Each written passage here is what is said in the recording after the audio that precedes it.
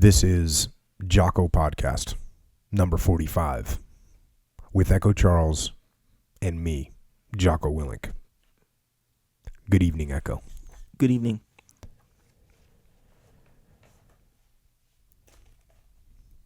I often think that if I were an Indian, I would greatly prefer to cast my lot among those of my people who adhered to the free open plains, rather than submit to the confined limits of a reservation, there to be the recipient of the blessed gifts of civilization, with its vices thrown in, without stint or measure. And that is a quote from a book called My Life on the Plains, published in 1876 by a guy named General Custer, who wrote that book, or it was published a few months before he died at the Battle of Little Bighorn. But we're not going to look at that book today, even though that battle, the Battle of Little Bighorn, is something we will definitely delve into. There's a ton of lessons learned there. You know, all the American soldiers were killed in this one unit of General Custer's. There was no survivors from it. So he lost like 200 guys, all of them, himself included. And there was some survivors from some of the other companies that were along with him. There's a guy named Major Reno and another guy named Captain Benteen, and they had people that survived in their company. Actually, a lot of their companies survived, but none of Colonel Custer's or General Custer, Colonel Custer's troops survived. And as I was thinking about doing that battle, because there's so many good lessons to learn about, a lot of lessons to learn about arrogance and overconfidence and splitting forces. There's a really bunch of good tactical lessons to learn from it. And as I dove into it, I ended up coming across another first-hand account from an Indian.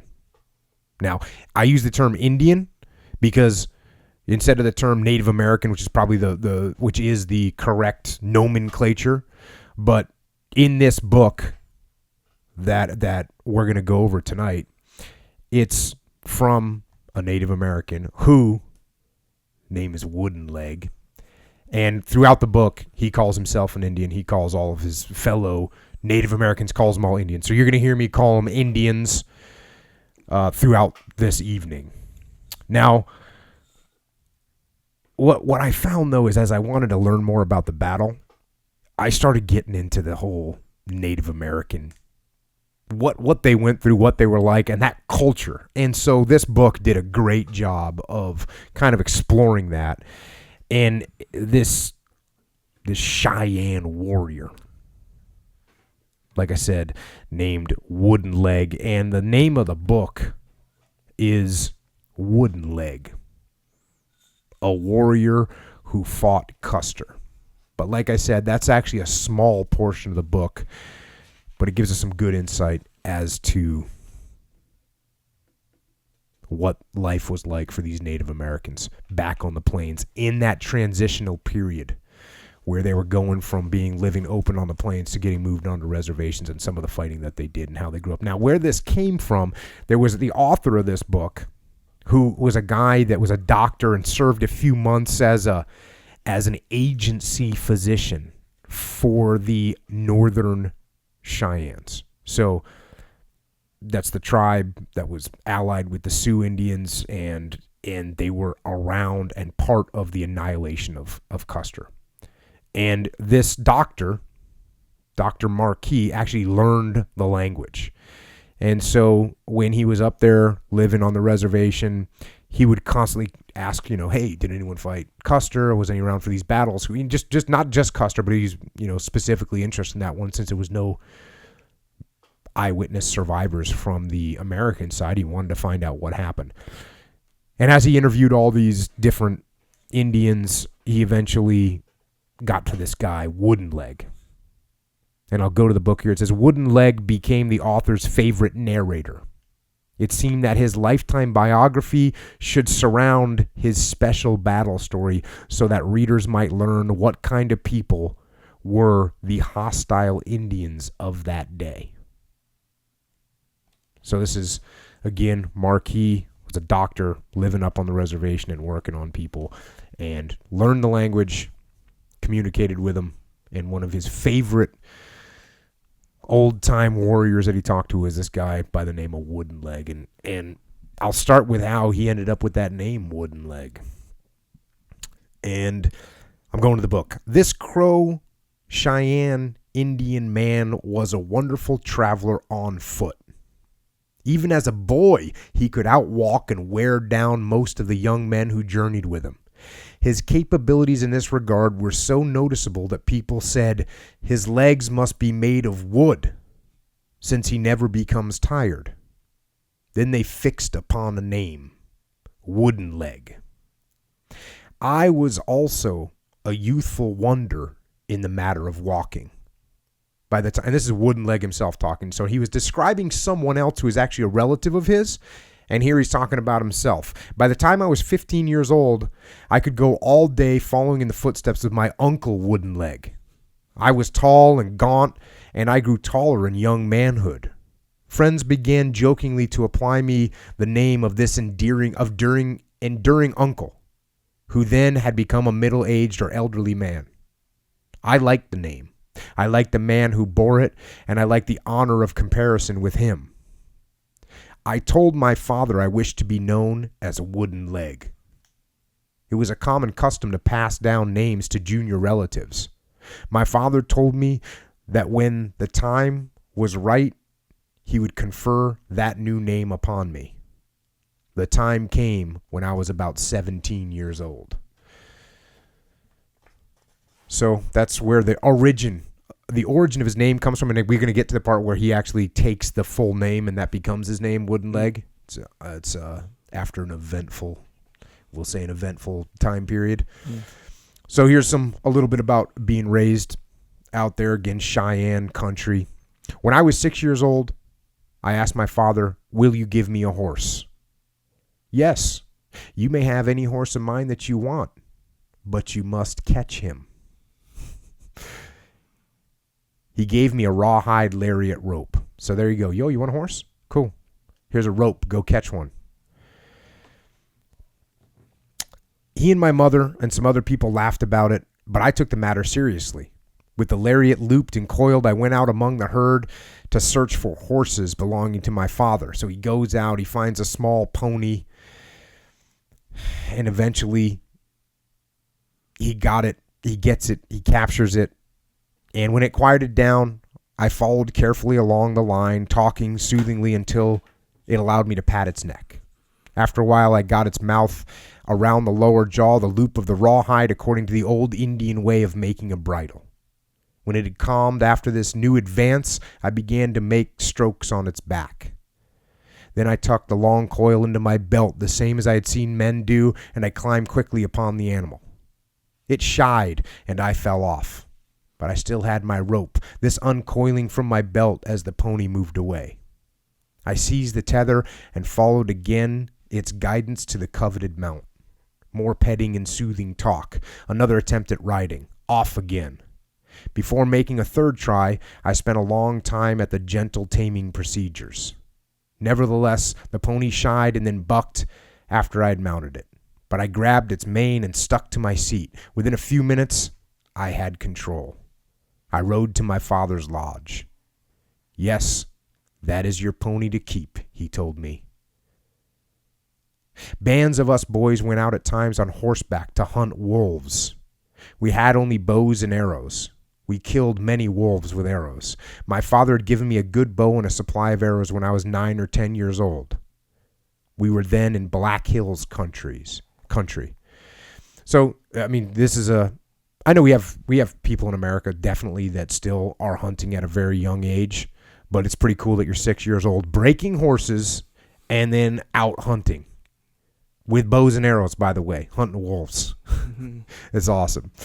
So back to the book. My mother said to me, "We have no meat."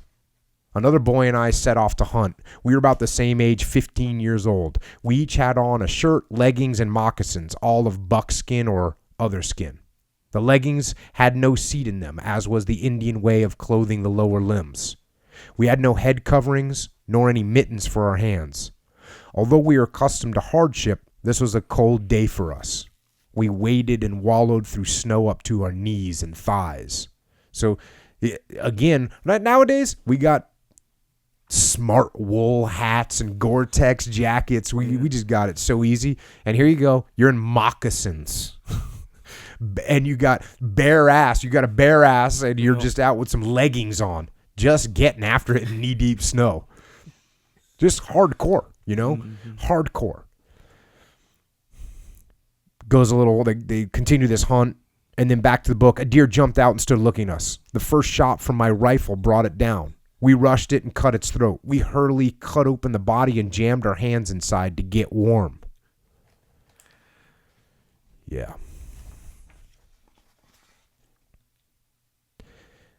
The Shoshones, the Crows, and the Pawnees were tribes we fought most during my time of growing up to manhood. So this is another thing that he talks about a lot in this book, is that the Native Americans were fighting each other all the time. They were at war. They were at war with each other. And he talks about that a lot. Back to the book. My own youthful warrior experiences were mostly in combat against the Crows and the Shoshones. One incident out of many in this kind of warfare will show you how it was carried on. A band of Shoshones came at night and stole some of our horses. We were camped on a divide between the upper part of the Tongue River and the Little Bighorn. Snow deep and winter weather. I was 16 years old. I went with the party of Cheyennes who took the trail of the thieves. After traveling all day and into the night, we found a small camp of Shoshones. Most of them, alarmed by their dogs, had fled when we made our attack upon them. But repeated shots kept coming from a single certain lodge. We concentrated our assault on this lodge. 2 Cheyennes were killed and another one mortally wounded before we could suppress this destructive defense. White Wolf, 11 years older than I was, and yet living as my neighbor on Tongue River, was the brave warrior who dealt the final blow to that Shoshone. White Wolf crept along the ground into the lodge. He had in his right hand a 6-shooter. It was totally dark in there, and he fumbled about the interior seeking whomever he might find. His gun bumped into somebody, and he pulled the trigger. Later developments revealed this was the only occupant of the lodge. The victim was an old man. He was the only Shoshone we killed in that fight, so far as we could learn. But we won the battle and got back on our horses. We cut up the body of the old Shoshone man. We cut off his hands, his feet, his head. We ripped open his breast and belly. I stood there and looked at his heart and liver. We tore down the lodge, built a bonfire of its contents, and piled the remnants of the dead body upon this bonfire. We stayed there until nothing was left but ashes and coals. So these guys are getting after it. They're definitely, yeah. And what's really cool is, like, I didn't want to break up this, but you've got an assault happening. This is the same. This could be a story about, American soldiers going against Taliban fighters in Afghanistan, or insurgents in Iraq, where you're taking down a small village and there's people and there's enemy in there and they're in a building and there's concentrated fire coming from there, and you get a guy that low crawls up. I mean, this is just straight warfare. Yeah. I mean, it's amazing how that story could translate into almost any modern era when you have guns. Mm-hmm. Except the part where they cut off the hands and the head. Yeah, except for the part where they cut off the hands, cut off the feet, cut off the head, rip open the breast and the belly. Yeah. They're taking it to a different level right there. And I think he put that in there. I mean, he's telling these stories, and it offers you an insight as to what their attitude was, of what they were going to do if you got captured by him. It's on. Yeah. It's on. Back to the book. Little Wolf had been a big tribal chief, the most influential one for about 2 years before that time. In his earlier manhood, he was for a long time chosen over and over again as the leading chief of the Elk Warrior Society. If during any time any Cheyenne was looked upon as the bravest of man of all, he was the man. He was never afraid to speak the truth. The people all believed in him. He was a gentle and charitable man, but if insulted to anger, he was likely to hurt somebody. In either disturbed or undisturbed mood, everybody knew he meant just what he said. He was my uncle by marriage, one of his 2 wives being a sister of my father. He used to tell me many thrilling stories both at his lodge and my father's lodge. I recall one in particular when he had hand-to-hand combat with a Shoshone. Each had a sheath knife. They grappled and wrestled and slashed one another. Finally, Little Wolf pinioned the arms of the Shoshone, threw him to the ground, plunged upon him, and stabbed him to death. He gave me a great deal of good advice, both as to warfare and as to how to carry myself uprightly as a man among my own people. My conduct all throughout my life has been influenced by his teachings, more than by those of any other preceptor except my own father. So that's Little Wolf.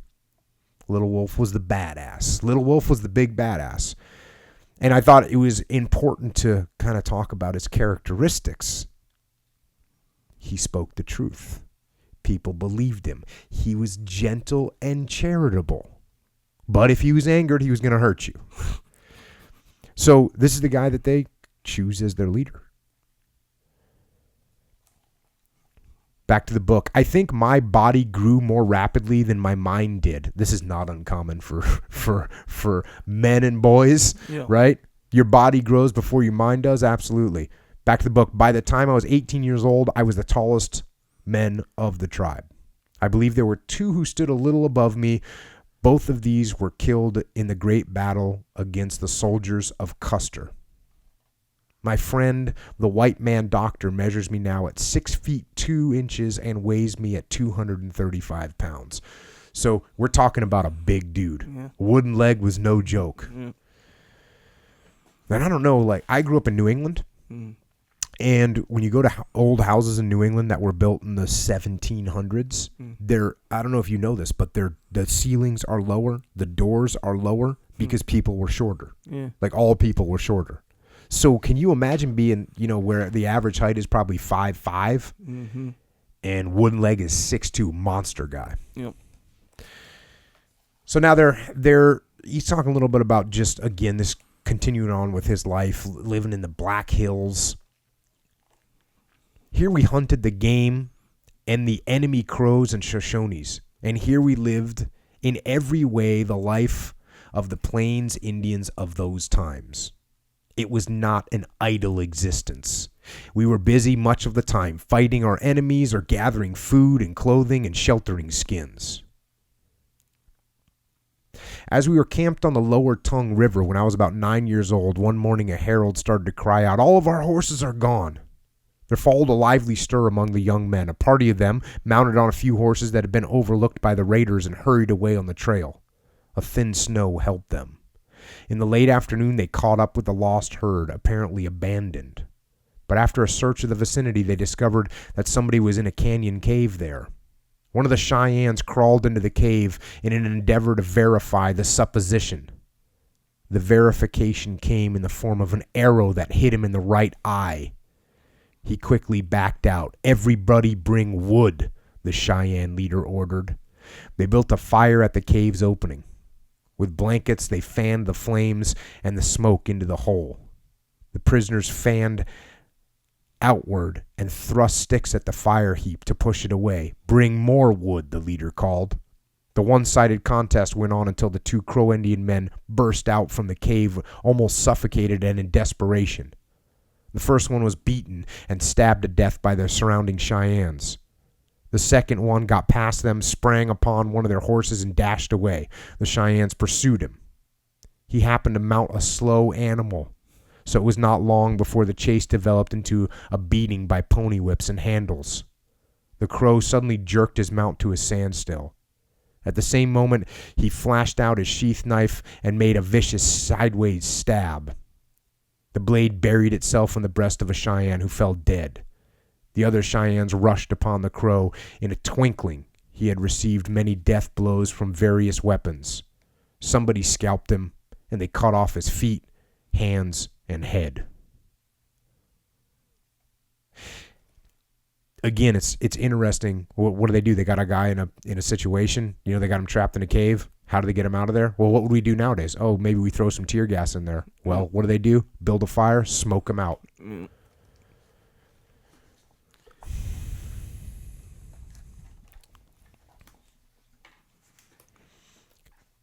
A little bit more about the life of the Cheyennes. Competitive sports used to interest us.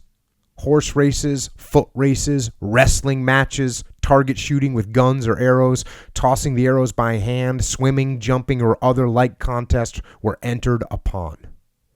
In the tribe, such competition was usually between men representing the 3 warrior societies. So inside the tribe, there was 3 separate warrior societies. Like 3 different clubs, basically. Back to the book. These were the Elk Warriors, the Crazy Dog Warriors, and the Fox Warriors. If any Sioux tribe or big band camped jointly with us, the matches were between representatives of the 2 tribes. Bets were made on every kind of contest. The stakes were of guns, ammunitions, bows, arrows, blankets, horses, robes, jewelry, shirts, leggings, moccasins, everything in the line of personal property. The betting always was on even terms. Articles were piled upon a blanket, matched articles in opposition to another. The winners took all and shouted over the victory. So these guys were heavily involved in competition because competition makes you better. This reminds me of the SEAL teams. Like everything in the SEAL teams is a competition. I don't care what you're doing. You get your buddy says, "Hey, you want to go for just a mellow run on the beach?" And you go, "Yeah, sure, no problem." And then next thing you're throwing up from at the end because you're pushing each other so hard. Every time you get on the range, it's a shooting contest. Every time you go, everything you do is.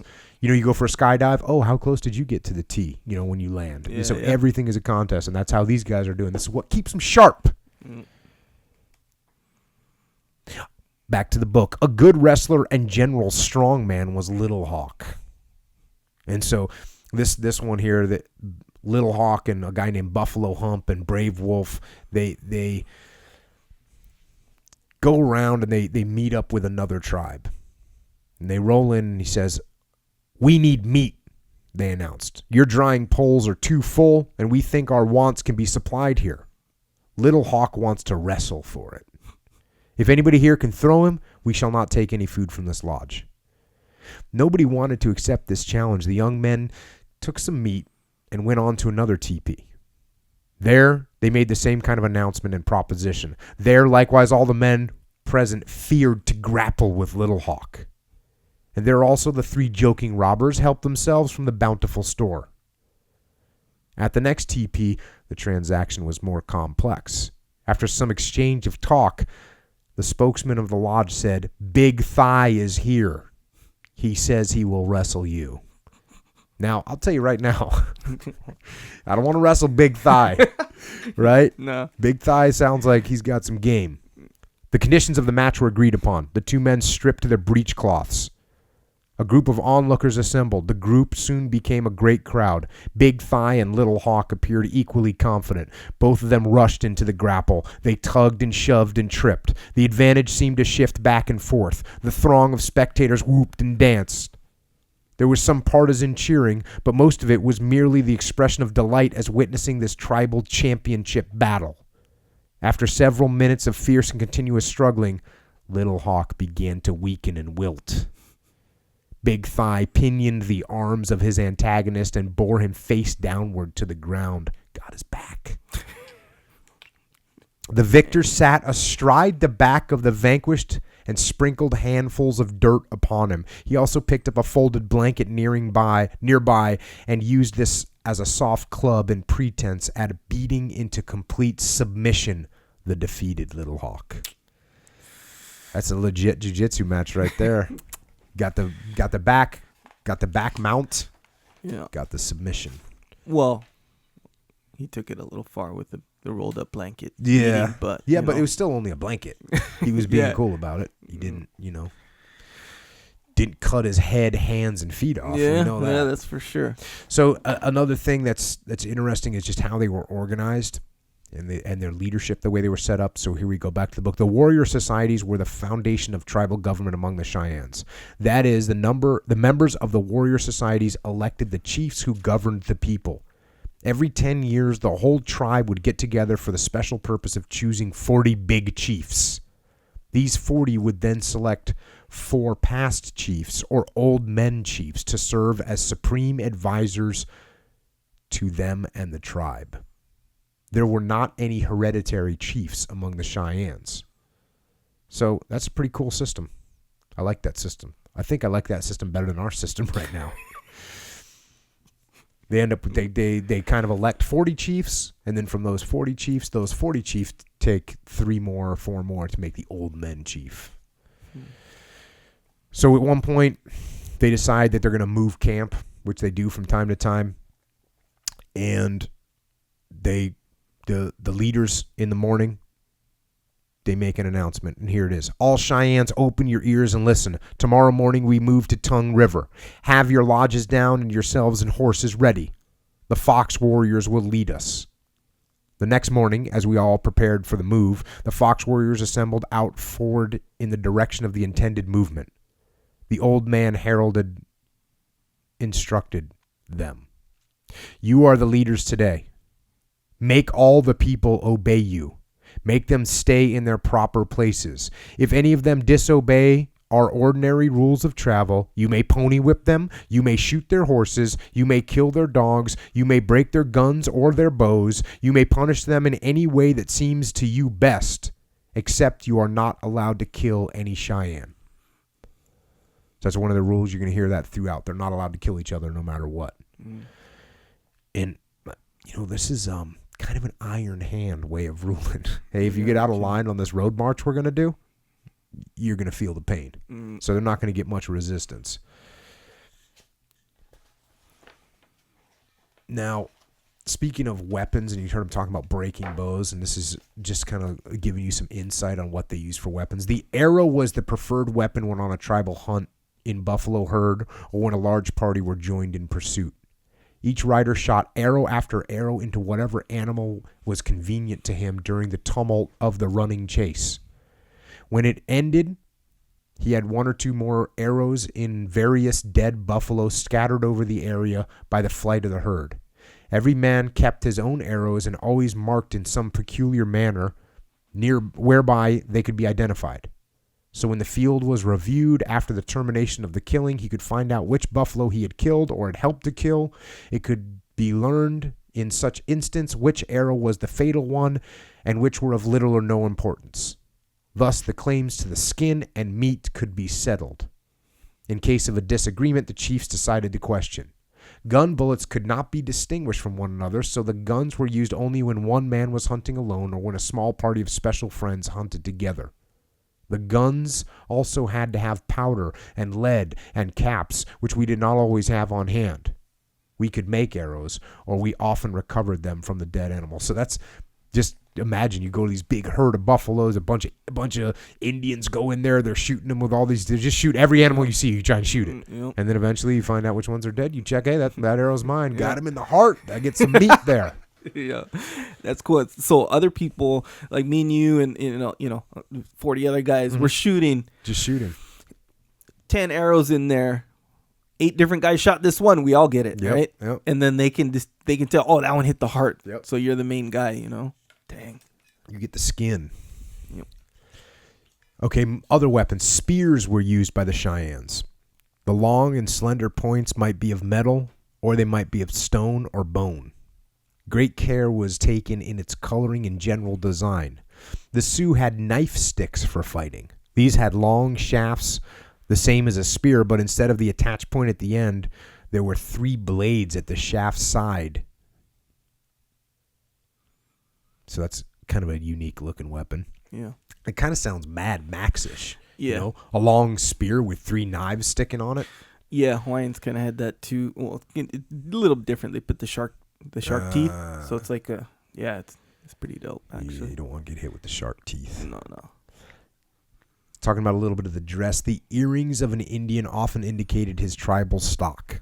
A Cheyenne ear had but one piercing, only one ring, and this ring was looped directly through or close up to the ear.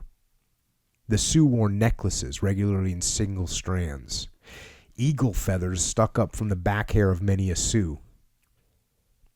The number of such feathers worn by any one man was supposed to denote the number of enemies he had killed.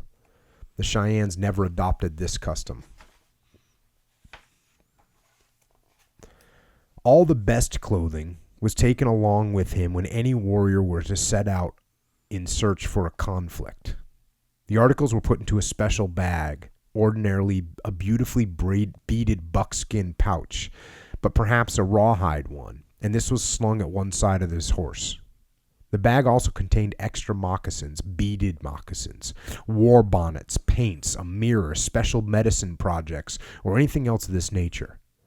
If a battle seemed about to occur, the warrior's first important preparatory act was to jerk off all his ordinary clothing. He then hurriedly got out his fine garments. If he had time to do so, he rebraided his hair, painted his face in his own peculiar way, did everything needful to prepare himself for presenting his most splendid personal appearance. That is, he got himself ready to die. The idea of full dress in preparation for battle comes not from a belief that it will add to the fighting ability. The preparation is for death, in case that should be the result of the conflict. War bonnets were not worn by all warriors. In fact, there were only a few such distinguished men in each warrior society of our tribe. It was expected that one should be a student of the fighting art for several years, or else that he be an unusually apt learner before he should put the crown of eagle feathers. He then did so upon his own initiatives, or perhaps because of the commendatory urgings of his seniors. The act meant a profession of fully acquired ability in warfare, a claim of special accomplishment in using cunning and common sense and cool calculation coupled with the bravery attributed to all warriors. So if you want to get that big, badass headdress, I thought it was pretty interesting. You give it to yourself. You know, now people can tell you you deserve it, but you make the claim. You say, yup, I'm the man. And it's interesting. I'm going to read those again. It means you have acquired ability in warfare in using cunning, common sense, cool calculation coupled with bravery. Very, very good definition of a warrior, right? Back to the book. The wearer was supposed never to ask mercy in battle. If some immature young man pretended to such high standing before it seemed to his companions that he ought to do so, he was twitted and shamed into awaiting his proper time. I first put on my war bonnet when I was 33 years old, 14 years after I had quit the roaming life. After a man had been accepted as a war bonnet man, he remained so throughout his lifetime. War chiefs and tribal chiefs ordinarily were war bonnet men, but this was not a requirement for these positions. Pure modesty might keep the bravest and most capable fighter from making the claim. Also, an admittedly worthy wearer of the war bonnet might not be chosen for or might refuse all official positions. The feathered headpiece, then, was not a sign of public office. It was a token of individual and personal feeling as to his own fighting capabilities. Interesting. Yeah. It's interesting that he obviously thought about the fact that some guys were too humble to claim the war bonnet. And he actually says some of the best and bravest and most capable, I don't deserve it. Yeah. Which is in keeping with what we know about humility being the trait and the most critical trait of someone's success. Mm-hmm. And it's also interesting that some of the people that were great fighters weren't necessarily going to be good leaders. Mm. That's a reality. It's a reality to this day. Here's a little bit about the way they treat each other. Fighting between Cheyennes, either men or women, was forbidden by the tribal laws. In case of a fight, some chief near at hand would call out, "Warriors, separate these fighters," and whip them. Dang. The warrior policeman then on duty would respond to the call. A band of them would give such punishment as seemed to them fitting.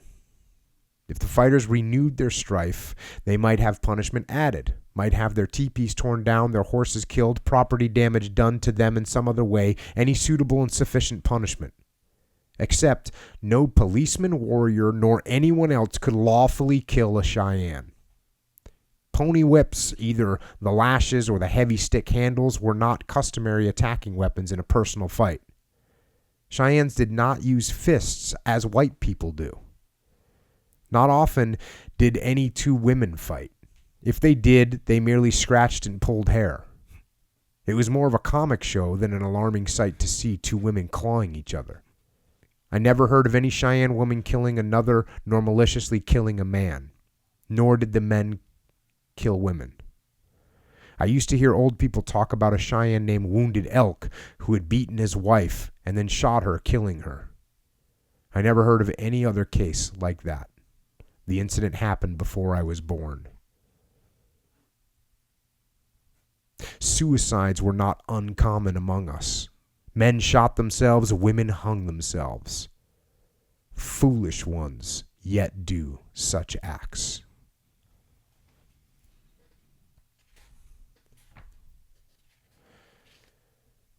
It's interesting he says that the Cheyennes did not use their fists as white people do. You think we're talking straight grappling?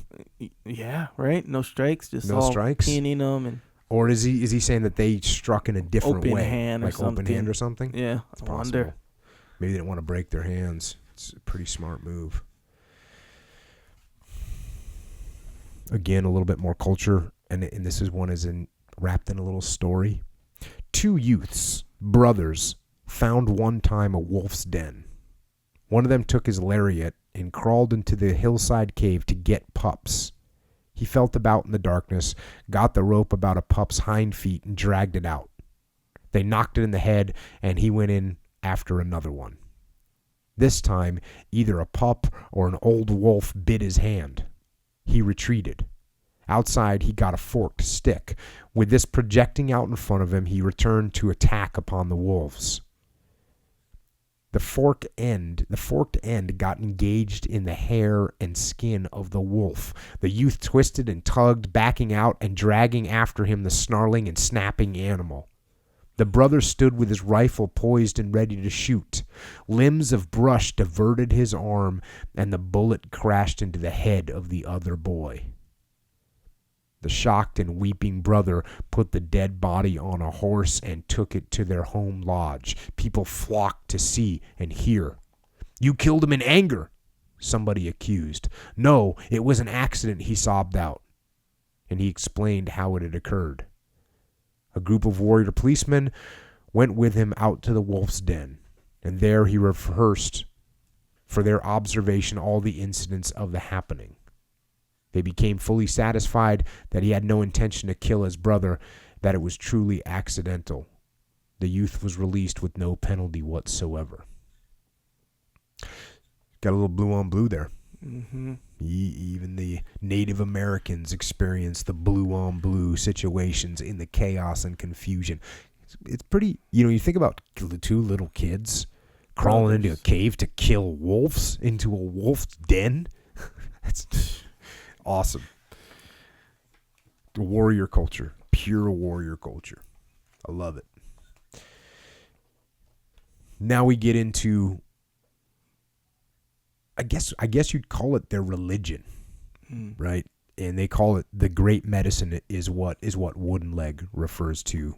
And I think the best, as I looked up and tried to research what they mean by the word medicine, I think the closest thing I got is sort of like spirituality, spirit. That's kind of the word that it means to me as I try to figure out exactly what it meant. I don't know if there's but you can see from the context what he means by it. Yeah.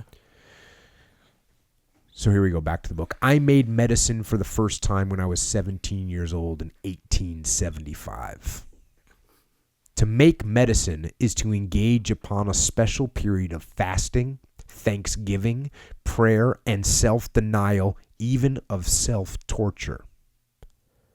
The procedure is an entirely devotional exercise. The purpose is to subdue the passions of the flesh and to improve the spiritual self. The bodily abstinence and the mental concentration upon lofty thoughts cleanses both the body and the soul and puts them into or keeps them in health. Then the individual mind gets closer toward conformity with the mind of the great medicine above us.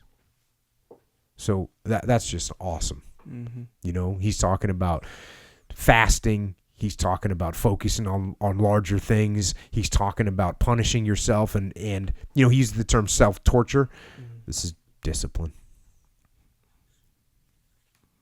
So he goes to his medicine man, a guy named Red-Haired Bear. Red-Haired Bear. I want to make medicine.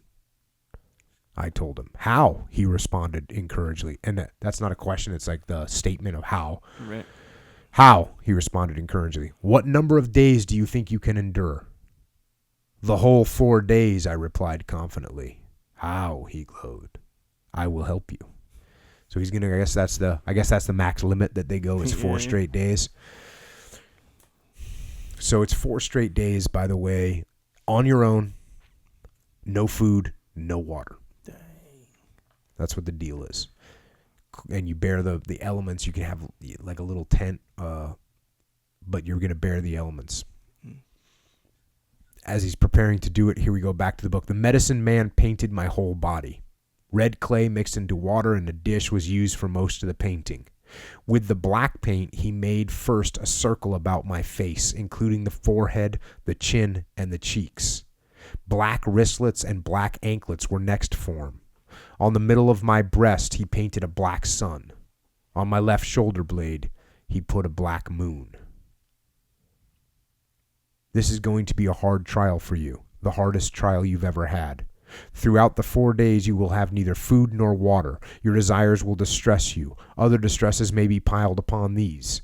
You may retreat now and postpone it for another time if you want to do so. What say you? I dread it, I confessed, but I know it will not kill me. I do not want to wait. I want to go on right now.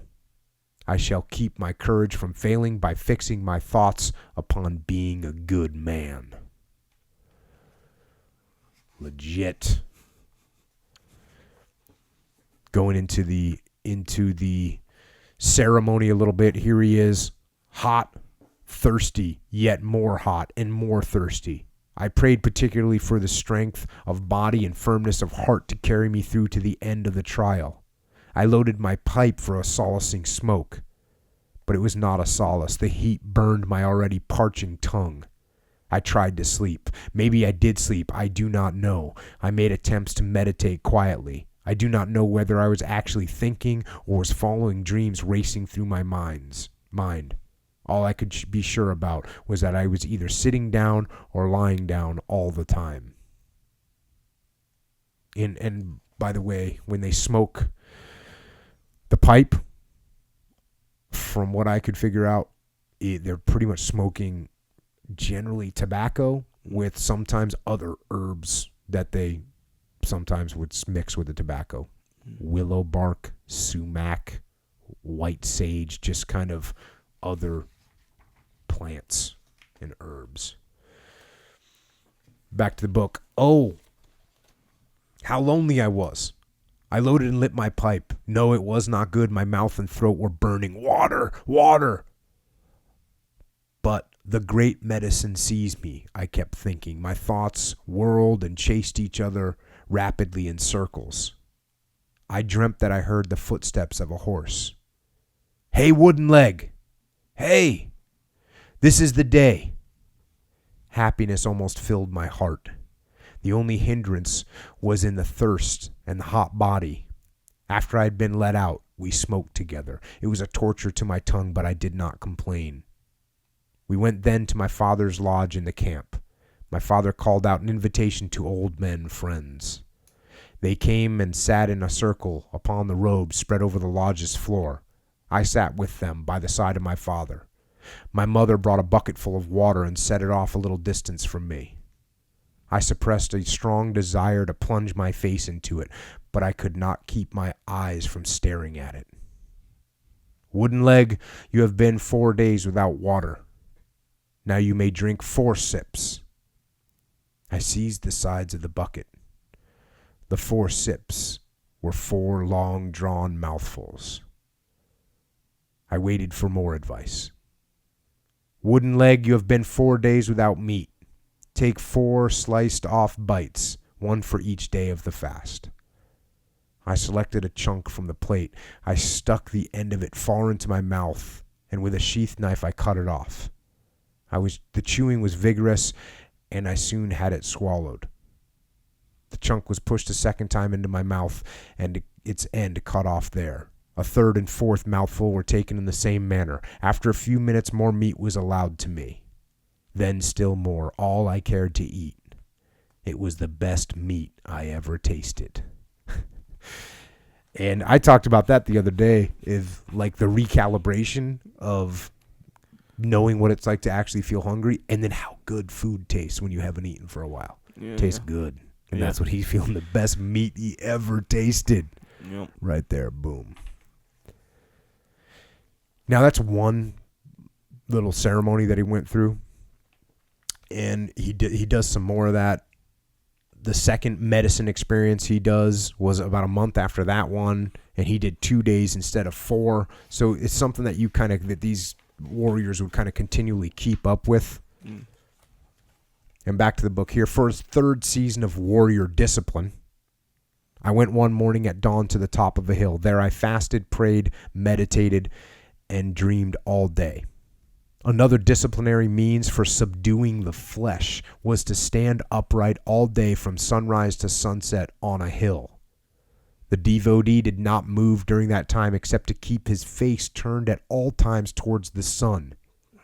He might keep his eyes closed or shaded, but his countenance had to be presented ever towards the venerated token of the great medicine's existence. He prayed or otherwise kept his thoughts fixed on a high plane. This system of self-denial was varied by attitude taken. One might stand all day or sit in one position all day or lie down during all the time, but the attitude assumed at the beginning must be kept to the end. My all-day supplications were made while sitting down. Standing upright in water from sunrise to sunset was one way of putting the body under the rule of the spirit. The water had to be up to the neck or the upper breast. Not any drink of it was taken. It was not permissible to move the body except for keeping the face towards the sun. So just go get in the water. And these guys are in Montana, right? Right, they're in Montana. Just FYI. I don't care if it's the middle of summer. The water in Montana is cold. Yeah, it's not Kauai. No, it's not Kauai. No. And it's also interesting that all different military units do this kind of stuff. Just going out and standing at attention, which they make you do in the military, which is when you're standing, erect with your hands at your side, you're not allowed to move. You do that for hours and hours and hours. It's interesting. It's like that's not just a coincidence, is it? You know what I mean? There is a discipline there. There's a discipline of the body in doing that, and it puts you in touch with your soul. Yeah. You stand there long enough, and then I going through SEAL training. Yep. You don't think you spend some time neck deep in water, just waiting and being cold and enduring? Absolutely. Yeah, man. Yoga can kind of be that. Like certain poses. To compare as far as the magnitude is different, but yeah, it's different. They do that. You ever did like wall sits? Yeah. Oh, yeah. That's another one, man, where it feels physical, but at the end of the day, it's mental. Yep. Like you just want to be okay. I'm done. But here's the thing: you can endure it, but it's just gonna take a lot, man. Yeah, the wall sits are painful after a while, and then he goes on to say, the bodily torture incident to the full standard great medicine dance, what the white people call the sun dance, was the most severe test of hardihood. So it was looked upon as the highest form of self-scourging. I never undertook this extreme step. So the Sundance, if you don't know anything about that, it's like a multi-day fast with physical exertion, with like borderline self-torture, like they do piercings and slay the skin open. I mean, it's hardcore, and it got banned for a while, and the natives don't want people to like watch it or record it because it's their own personal thing. So anyways, you could probably do more research on it. It's called the Sundance, but they do all kinds of really, really hardcore stuff. It's just, some devastating, hard stuff to go through that hardens your soul up. Yeah, man. There's one more interesting thing here. Back to the book. The face painting, as it was done for me by Red-Haired Bear at my first medicine making, was adopted as my fixed mode of battle preparation in this regard. It was a black ring about my face, including lower forehead, chin, and cheeks in its circle. All of the surface enclosed in that circle was painted yellow. I kept at all times right at hand a supply of charcoal and yellow clay paint. It did not take long for me to apply them when an occasion for their need might come. With this preparation, with my best clothing, my shield, my eagle wing bone whistle, myself and my horse protected by the grass seed medicine, I was almost fearless. I was not entirely so, but almost. In every time of danger, I tried to keep myself thinking, the great medicine sees me. Now, there's a note, a historical note that's written. Now it's going out of Wooden Leg's voice, and it's going into Dr. Marquis, the translator, and he's going to put a little note here, and I'm going to read it back to the book. In December 1875, pursuant to our governmental policy, General Sherman, then Commander-in-Chief of the United States Army, issued an important general order.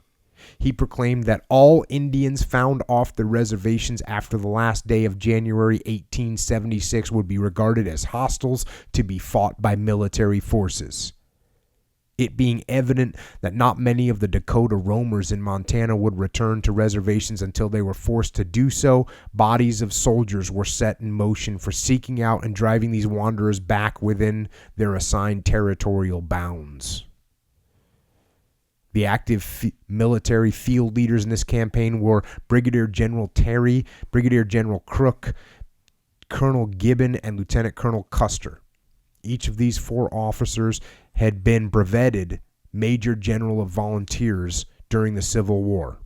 And what that brevetted means that it's like you get a temporary promotion to fill a billet, but you're not getting paid for it. And then after it, you get put back.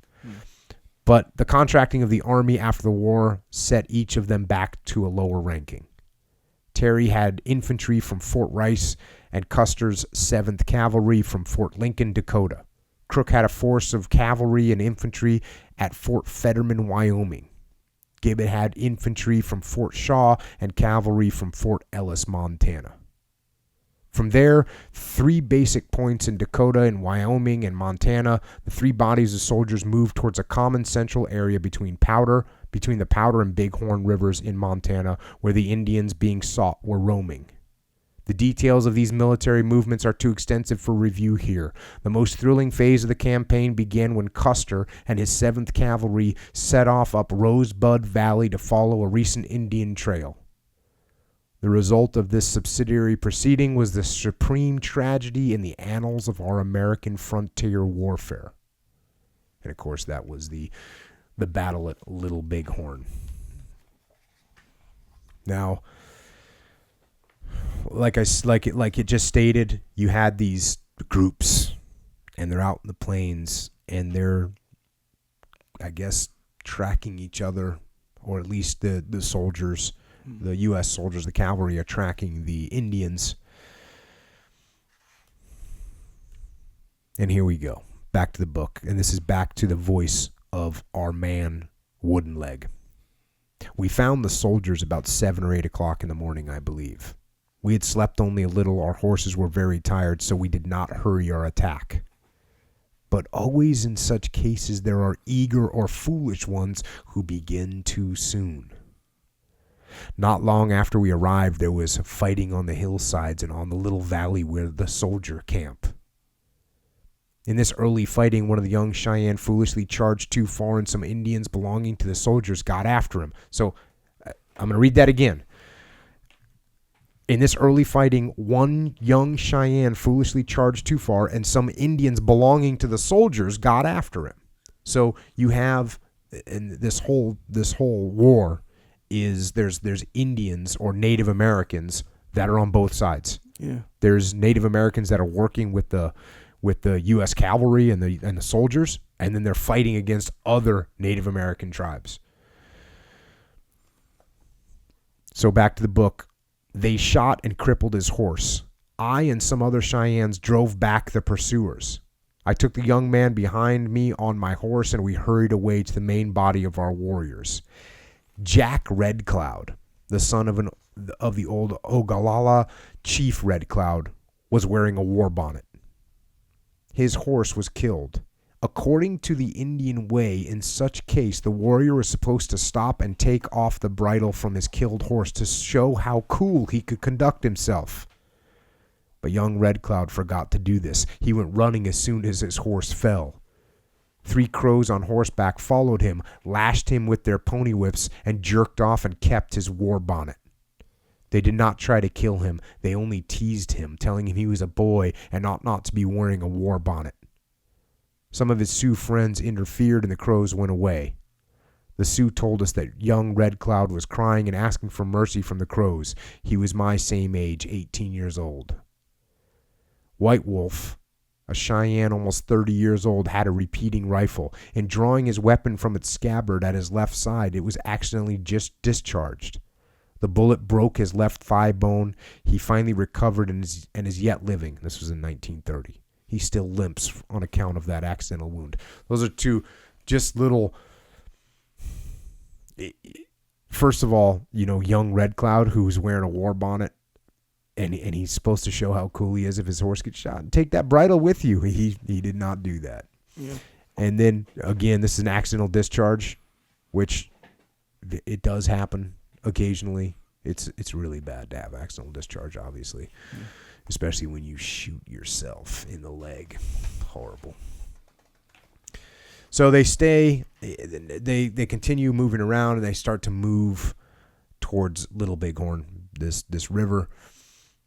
And back to the book, 6 Arapaho men came to the Cheyenne camp while we were at this place. They said they were afraid of soldiers as they had killed a white man on Powder River. And so now you start to get, and I'm kind of moving quickly right now, but there's now multiple tribes are starting to come together in this location. Multiple tribes. Back to the book, each tribe operated its own internal government, the same as if it were entirely separated from the others. The chiefs of the different tribes met together as equals. There was only one who was considered as being above all others. This was Sitting Bull. He was recognized as the one old man chief of all the camps combined. Almost all of our northern Cheyenne tribe were with us on Little Bighorn. Only a few of our 40 big chiefs were absent. And this is interesting because there's a lot of controversy about how many Indians were there. And some people say there wasn't that many. He's saying all of them. He's saying at least all the Cheyennes were there, and there was more than just the Cheyennes, so there had to be a bunch of them there. Now we get into some of these different tribes and chiefs that were there. The principal chiefs of the various camps were for the Hunkpapas was Sitting Bull. The Ogallalas was Crazy Horse, which we all have heard of Crazy Horse. The Minneconjou was Lame Deer. Another tribe called Arrows All Gone. And they had an important chief called Hump Nose. There was the Blackfeet, which Wooden Leg didn't know who was their chief. And then you had the Cheyennes. So there's a massive number of Native American warriors. Talking about their armament, Back to the book. Guns were not plentiful among us. Most of our hunting had been with bows and arrows. Of the Cheyennes, Two Moons and White Wolf each had a repeating rifle. Some others had single-shot breech-loading rifles, but there was not much ammunition for the good guns. So they're mostly using bow and arrows, right? That's kind of what they have. And at one point, they kind of take their horses and they put them out to graze, and they think that they had gotten a little scrap with the soldiers, and they kind of whooped them. Not bad, but they just sort of beat them, and it seemed like the soldiers retreated. And so they put their they put their horses out to pasture, and it seems like things are going pretty mellow. And I'll go back to the book. I had no thought then of any fighting to be done in the near future. We had driven away the soldiers on the upper Rosebud 7 days ago. It seemed likely they would be gone a long time before they would trouble us again. My mind was occupied mostly by such thoughts as regularly are uppermost in the minds of young men. I was 18 years old, and I liked girls. That night we had a dance. It was an entirely social affair for young people, not a ceremonial or war dance.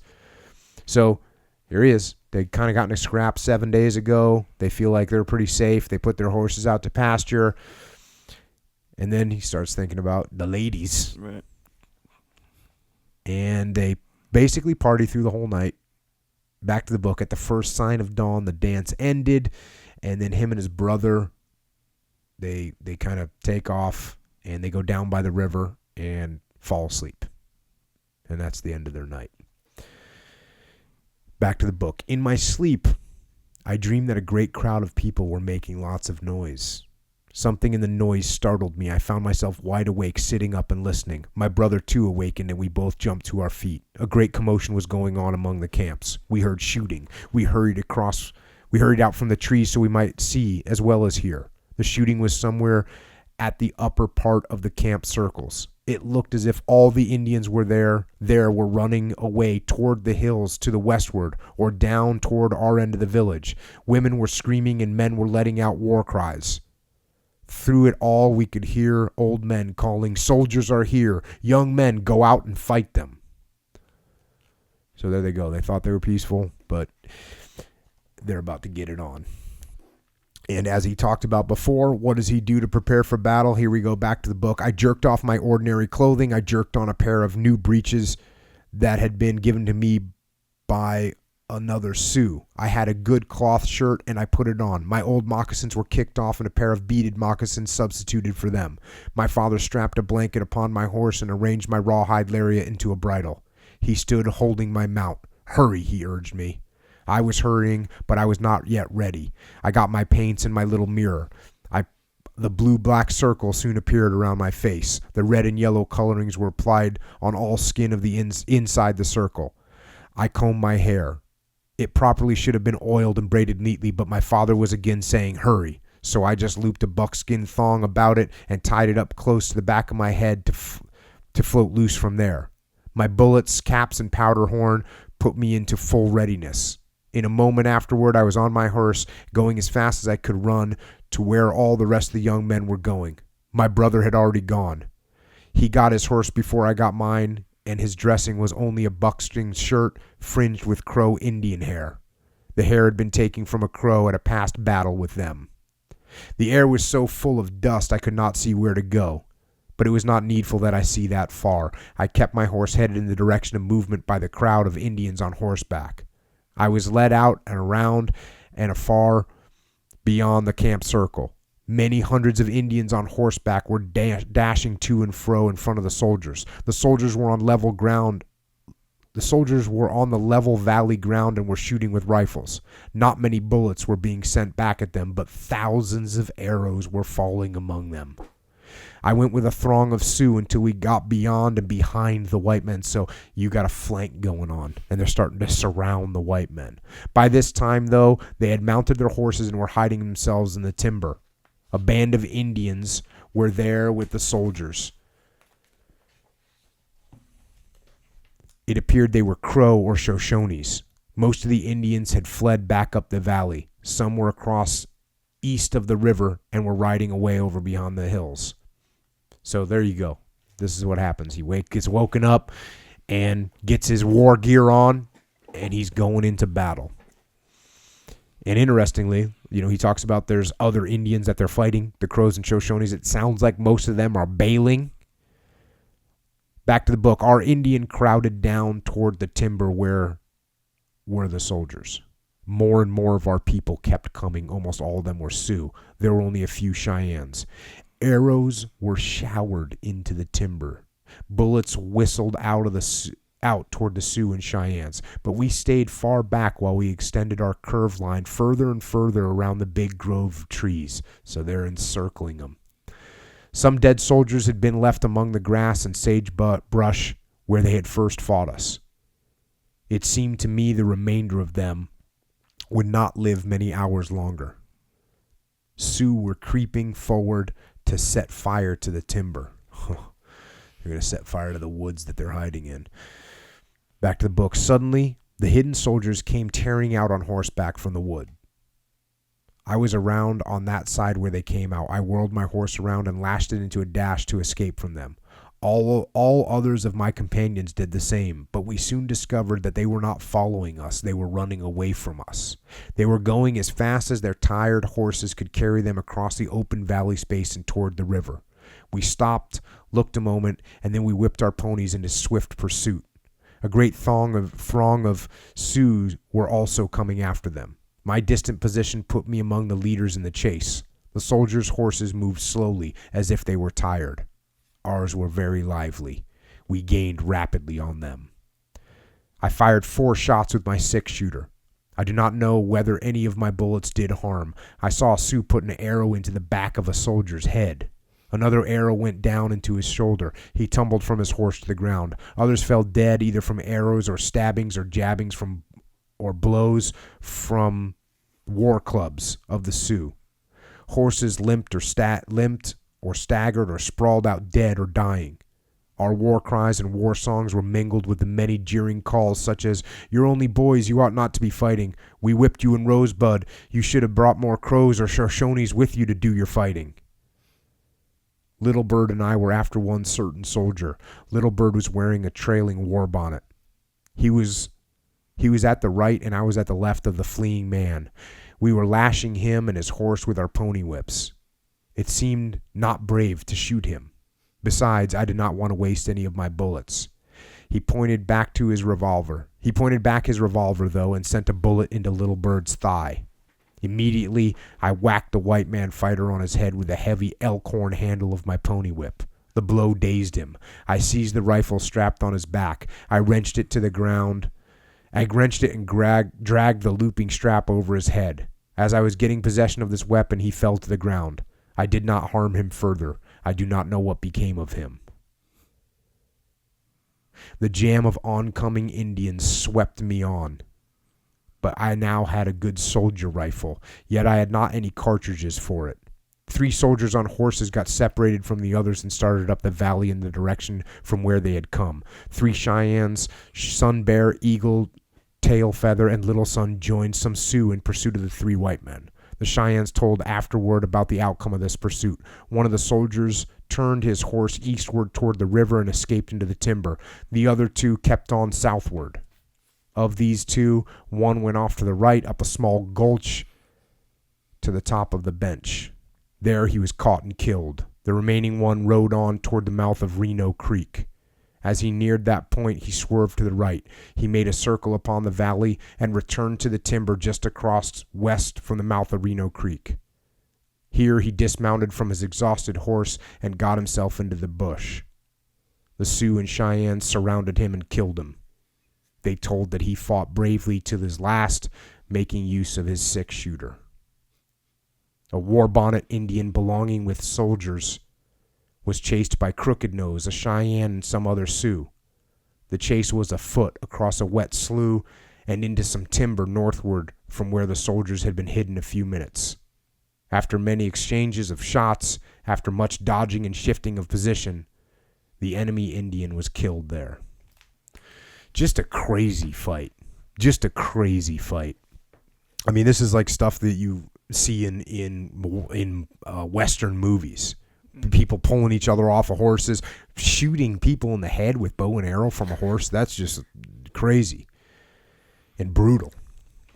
And I'll tell you, there's some really good accounts, and I started to go down this road. So if anybody that's listening is a student of the Battle of Little Bighorn, there's lots of different stories about it, and there's also some really detailed accounts.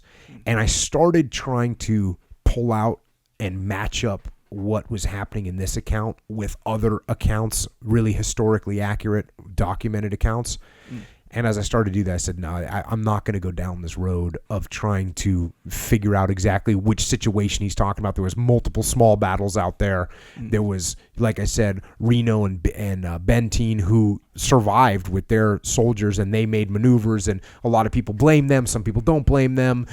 Some people say that they should have gone to help. Some people say that they didn't have a chance. There's all kinds of those things. And as I started to try and figure out which was which, I said, you know what? I'm not going to go that deep into this account. What's important about this account to me is the reality of the ground combat. That's what I'm interested in this account.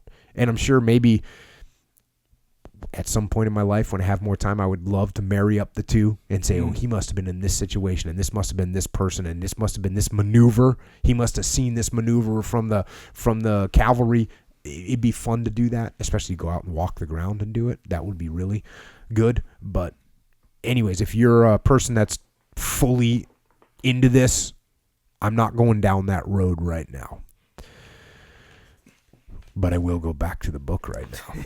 Yeah. Another enemy Indian was behind a little sagebrush knoll and shooting at us. His shots were returned. I and some others went around and got behind him. See this? I'll tell you what, Wooden Leg is all about flanking people. You notice that? He's just flanking people all over the place.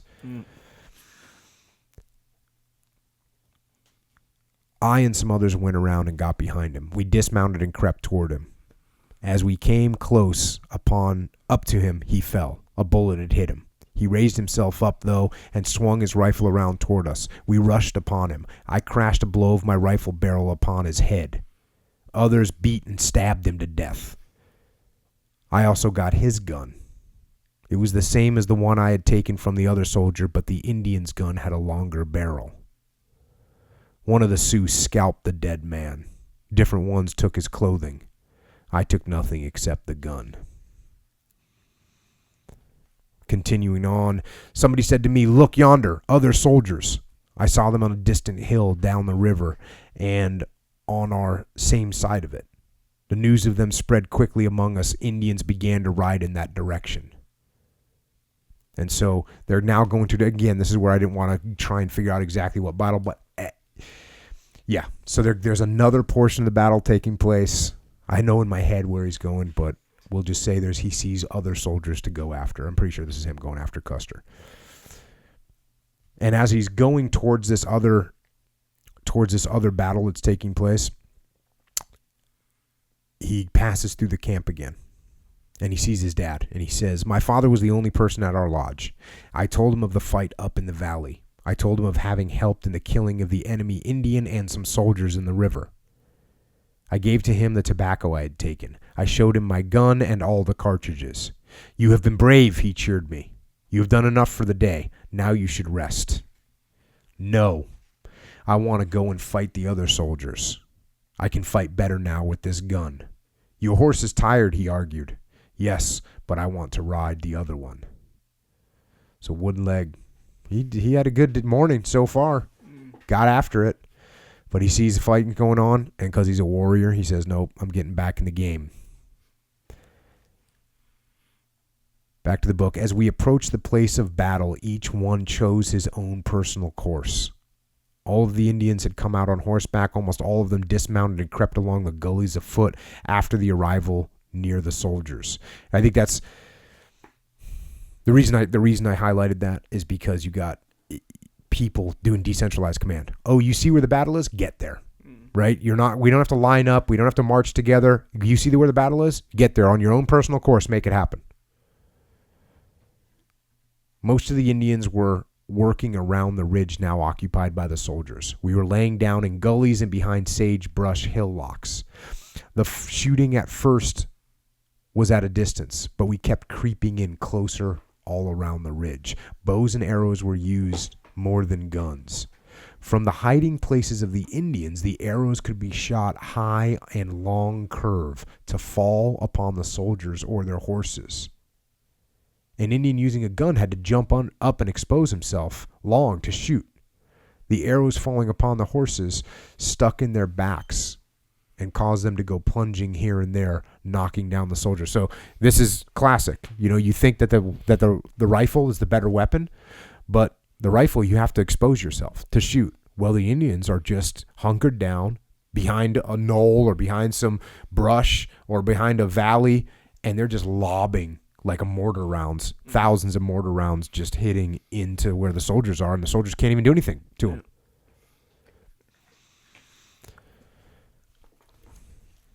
The long distance fighting was kept up for about an hour and a half, I believe. The Indians all the time could see where the soldiers were, because the white men were mostly on a ridge and their horses were with them, but the soldiers could not see our warriors, as they had left their ponies and were crawling through the gullies and the sagebrush. A warrior would jump up, shoot, jerk himself down quickly, and then crawl a little further forward. All around the soldier ridge, our men were doing this, so not many of them got hit by soldier bullets during this time of fighting. This is beautiful. This is beautiful. This is exactly what we teach, what the military teaches. Individual movement. You shoot, you get up, you get back down, you crawl, you get up again. So the enemy might see you right when you take a shot, then you duck, and then when you pop up again, you're not in the same place. So if you were aiming where they were, they're not there anymore. This is beautiful tactics. In a few minutes, the warriors were all around these soldiers. Then lame white man, that's an Indian, lame white man called out, "Come, we can kill all of them." All around, the Indians began jumping up, running forward, dodging down, jumping up again, down again, all the time towards the soldiers. Right away, all the white men went crazy.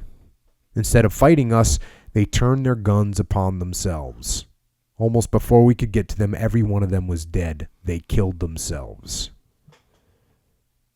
The Indians took the guns of these soldiers and used them for shooting at the soldiers on the high ridge. I went back and got my horse and rode around beyond the east end of the ridge. By the time I got there, all the soldiers were dead. The Indians told me they had killed only a few of those men and that the men had shot each other and shot themselves. And this is very controversial, whether these guys killed themselves. And I don't even know if it's that controversial. It's like straight up, most people don't believe that. I don't know. I don't know what the answer is. But we know that one thing we do know, they're all dead. Mm-hmm. Back to the book. I saw one Sioux walking, and I'm sure, I'm sure that somebody that's listening to this is going to give us the full report. The full deal, yeah. Yeah. And actually, I have books, and this is not the same account, right? This is different, them killing themselves. So I know that, but I'm talking about this book right now, so I'm going with it. I saw one Sioux walking slowly toward the gulch, going away from where were the soldiers. He wobbled dizzily as he moved along. He fell down, got up, fell down, got up again. As he passed near to where I was, I saw that his whole lower jaw was shot away. The sight of him made me sick. I had to vomit. I did not know him, and I did not learn whether he died or not. The shots quit coming from the soldiers. Warriors who had crept close to them began to call out that all the white men were dead. All the Indians then jumped up and rushed forward. All the boys and the old men on their horses came tearing into the crowd. The air was full of smoke and dust. Everybody was greatly excited. It looked like thousands of dogs might look if they were mixed together in a fight. All of the Indians were saying that these soldiers went so crazy they killed themselves. I do not know. I could not see them, but I believe they did so. Again, so he doesn't even know what the real deal is there. But like I said, what we do know is that not one of them lived. I took one scalp. As I went walking and leading my horse among the dead, I observed one face that interested me. The dead man had a long beard growing from both sides of his face and extending several inches below the chin. He also had a full mustache. All of the beard hair was of a light yellow color, as I now recall it. Most of the soldiers had beard growing in different lengths, but this was the longest one I saw among them. I think the dead man may have been 30 or more years old. Here is a new kind of scalp, I said to a companion. I skinned one side of the face and half of the chin so as to keep the long beard yet on the part removed. I got an arrow shaft and tied the strange scalp to the end of it. This I carried in hand as I went looking further. Somebody told me Noisy Walking was badly wounded. That was another Indian named Noisy Walking. I went to where he was said to be, down in the gulch where the band of soldiers nearest the river had been killed in the earlier part of the battle. He was my same age, and often we had been companions since our small boyhood. White Bull, an important medicine man, was his father. Noisy Walking had been hit by 3 different bullets, one of them having passed through his body. He also had some stab wounds in his side. I asked the young man, "How are you?" He replied, "Good." But he did not look well. One young Cheyenne took something from a dead soldier just after all of them had been killed. He was puzzled by it. Some others looked at it. I was with them. It was made of white metal and had glass on one side. On this side were marks of some kind. While the Cheyenne was looking at it, he got it up towards his ear. Then he put it up close. "It's alive," he said. Others put it to their ears and listened. I put it to mine. Tick, tick, tick, tick, tick, tick, it was saying. We talked about its use. We generally agreed that it was a soldier's special medicine. Many Indians came and wondered about it. The young man decided to keep it for his own medicine. So they found a watch on one of the soldiers, a little wind-up pocket watch. And to me, this was just a really good example of the, the cultural differences. They'd never seen a watch before. And so they were surprised and didn't even understand what it was, or that it was not actually alive. It was just a watch. Back to the book. Noisy Walking died during the night after the Great Battle. 6 Cheyennes had been killed. Another man, Open Belly, was badly wounded and was expected to die. He was about 30 years old, but he had neither wife nor children. The 6 dead were Lame White Man, Limber Bones, Black Bear, Noisy Balking, Hump Nose, and Whirlwind.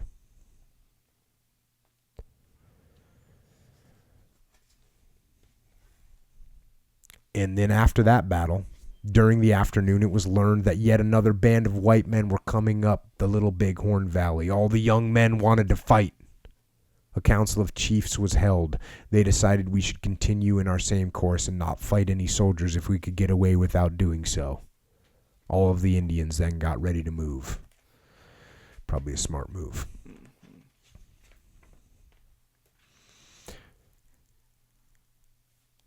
So then after that, they go to this area that's called Greasy Grass. And there they have a little war dance, a little sort of I guess you'd call it a ceremony or a celebration.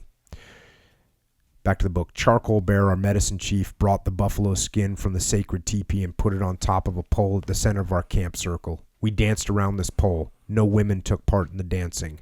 Many of them had sore legs from morning cuts, and when they lose their husband, they would cut themselves. Our dance was not carried very far into the night. It was mostly a short telling of experiencing, a counting of coup. My father told, in a few words, what his 2 sons had done. When he ended the telling of my warrior acts, he said, "The name of this son of mine is Wooden Leg." Up to this time, people had still used my boyhood name, Eats from his hand. But now, this old name was entirely gone. So it was after that battle of Little Bighorn is when Wooden Leg became Wooden Leg.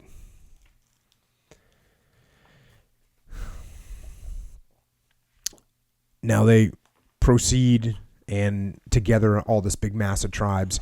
And at this point, they're about to separate their tribes and start going in their own directions, and then they get a report. Soldiers are coming.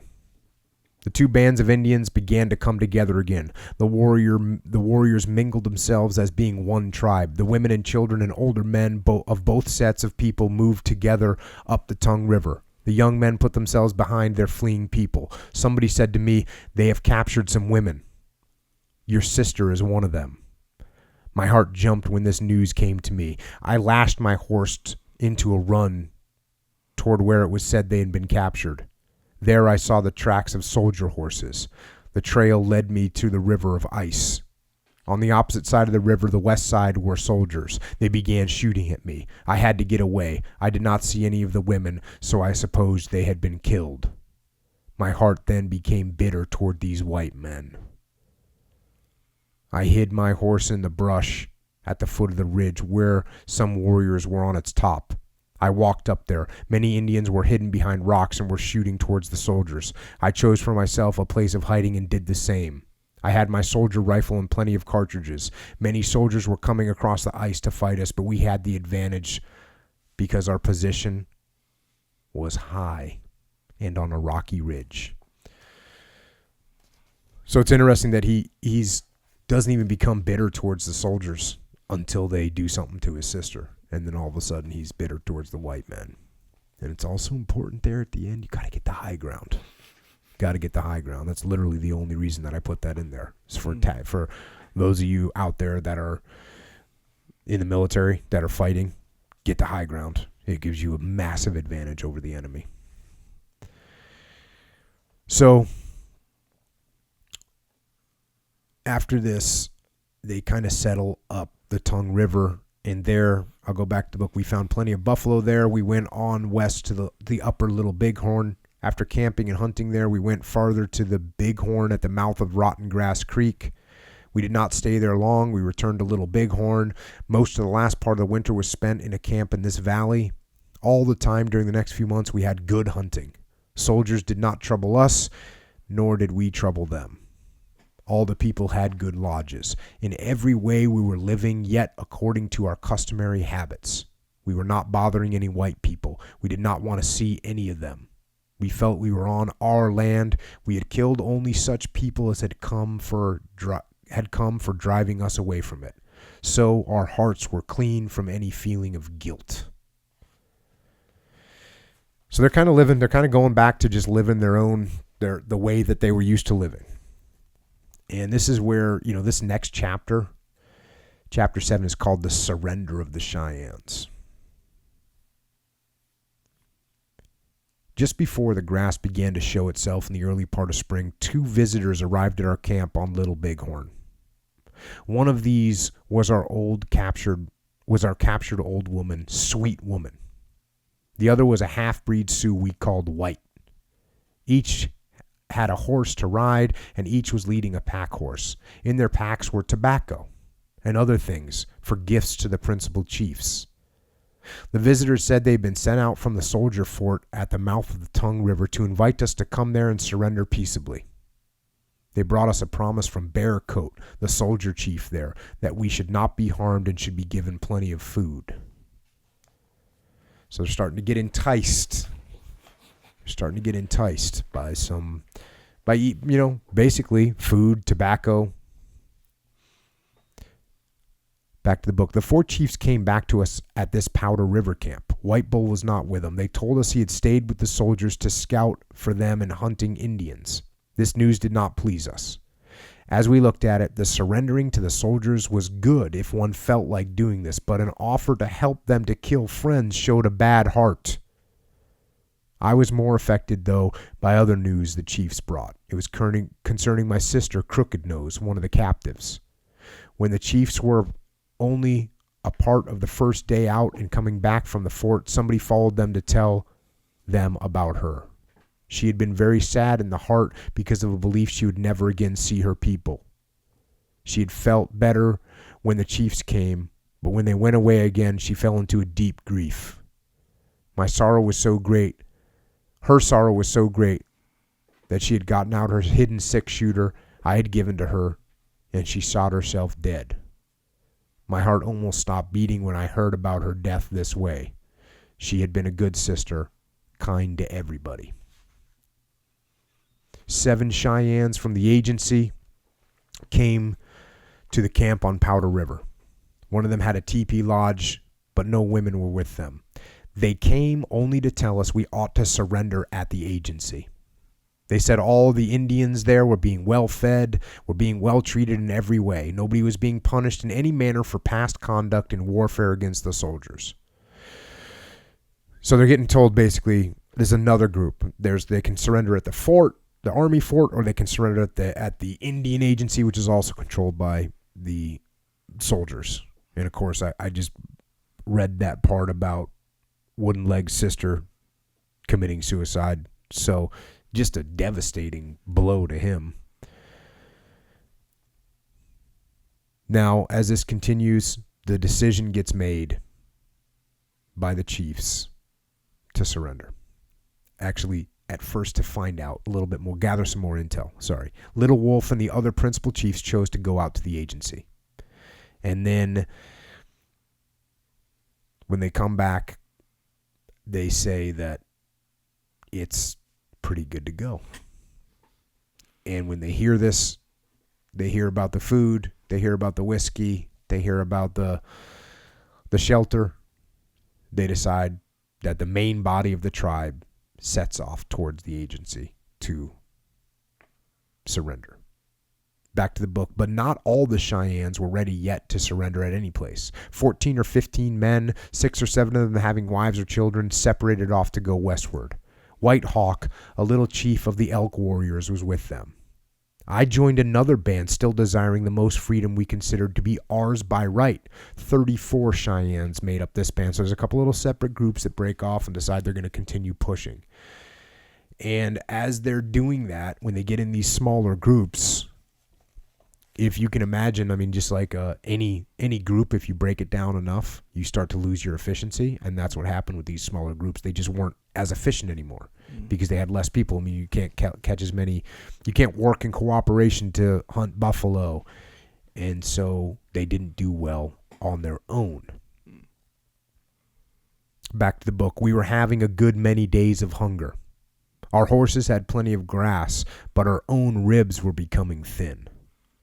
Our clothing was wearing out, and we could not get enough skins to renew them and keep our beds and our lodges in good order. My soldier coat and breeches were gone, and my last shirt and cloth breeches were almost in tatters. The only good article of wear I had now was my big white hat I'd captured at the Rosebud battle. A Cheyenne named Yellow Eagle added himself to us. He had been at the agency not long before. We decided to have him and Whitebird go there and spy out the conditions. They went. In a week or so, they were back among us. Good treatment, plenty of food, blankets, everything. Nobody punished, they reported. We started right away for the agency. So, when they split apart into these smaller groups, that was definitely problematic.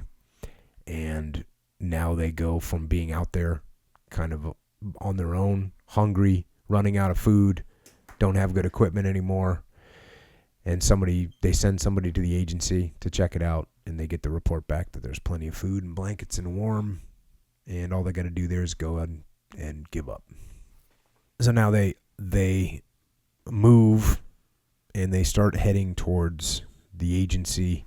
And when they get there, back to the book, it made us all feel good to see hundreds of Indian lodges as we came near to the agency. We galloped our horses forward. We cheered and fired gunshots into the air. Some soldiers came running out of their tents, but they soon saw we were friendly and only celebrating and notifying our people we had come. So here they are. And a white man married to a Cheyenne woman was acting as an interpreter for the soldiers. His name was Roland. But White Hat did not need any interpreter in talking to us. He could make the sign talk so well. After the general handshaking, White Hat said, "Now you men must give me your guns and your horses." We were not expecting this, but we trusted him So we began to do as he asked. I'm telling you, you got to be careful in this situation. When you start giving up your guns, this is not a recommended course of action. You know, if you're coming in peace, why are you not allowed to keep your weapons? This is not a, I do not agree with this scenario. Back to the book. We had one big chief, Standing Elk, who kept saying it would be better if we should go there. So they're trying to get them to push towards the south, like towards Oklahoma, what would be Oklahoma. And they're kind of against it. They don't want to walk anymore. They feel like hey, look, we came here. We're supposed to be here. And they're saying, oh no, you know, we're gonna move you guys south. And they're all saying, no, we don't want to. So that's what Standing Elk is talking about. So Standing Elk, who kept saying it would be better if we should go there. I think there were not as many as 10 Cheyennes in our whole tribe who agreed with him. There was a feeling that he was talking this way only to make himself a big Indian among the white people. The white men chiefs would not talk much to any Cheyenne chief but him. They gave him extra presents and treated him as if he were the only chief in the tribe. But he was but one of our 40 tribal big chiefs. One day he went about telling everybody, all right, get ready to move. The soldiers are going to take us from here tomorrow. Lots of Cheyennes were angry. We had understood that when we surrendered, we were to live on our same White River reservation. We had given up our guns and our horses and had quit fighting because of this promise. Now, after we had put ourselves at this great disadvantage, the promise was to be broken. But we could not do anything except obey him. So 3 sleeps after my small band had come to what we thought was to be our home, the whole tribe was on its way to what we now call Oklahoma. So, again, that's why we don't give up our guns. When you give up your guns, you give up your strength, you give up your leverage, give up your ability to fight. The soldier leader of our movement to the south was known as Tall White Man. He was a good man, always kind to the Indians. We had to do whatever he said we must do, but he talked good to our chiefs, so all of us were pleased to have him guiding us. He had with him a band of soldiers. I do not know how many, but I think there may have been almost 100 of them. Our horses that had been taken away from us at the agency were returned to us. Still, many Cheyennes did not own any. Old people who had no animal to ride were provided with them from the soldier herd. Or very old or sick people were allowed to ride in the soldier wagons. Young men who owned no horses had to walk or borrow from friends. I owned 4. I had 3 of them loaned out most of the time. So that's actually the treatment at this point by Tall White Man was fairly good. And it sounds like they kind of got along with the soldiers at this point. And here's an example of that. Soldiers hunted with the Indians. All the soldiers were friendly and good to us. They were good shooters and they killed lots of game. They gave us most of the meat. I became specifically friendly with 2 or 3 of them. I liked to be with them and they appeared to like me. I went at times to their camp in the evening and visited with them. When we were about halfway along on our journey, I asked one of them, let me take your gun tomorrow. Yes, you may take it, he told me. So I think the reason I wanted to bring that up is when you get, soldiers and warriors and you put them together and you get rid of the politics, guess what? They get along. Mm-hmm. Oh, we like shooting, we like hunting. We're warriors. We're going to get along. Mm-hmm. Kind of like the Germans playing soccer. Playing soccer, exactly. You take the politics out of it and we're just going to, have a couple cigarettes, maybe a glass of scotch and call it good. Mm. Now, when they get down to Oklahoma, they kind of settle in the South. And here we go back to the book. I learned in the South the white man name of Longhair, the soldier big chief we had killed on the Little Bighorn. I was told he was called General Custer. I had heard his name spoken at the White River Agency, but I did not understand clearly who was meant by it. The Southern Cheyennes knew of him because of his having fought against them before he had come into our northern country. They had surrendered to him. After we'd been a year on this reservation, many of our people began to be asked to be taken back to the north. There was no game here, and we were not allowed to go off the reservation for hunting, and we were not given food as it had been promised. we should be given. At times, some of our young men would violate the orders and would slip away from the reservation to get a buffalo or some other animal good to eat. Some white people said the Indians were killing their cattle.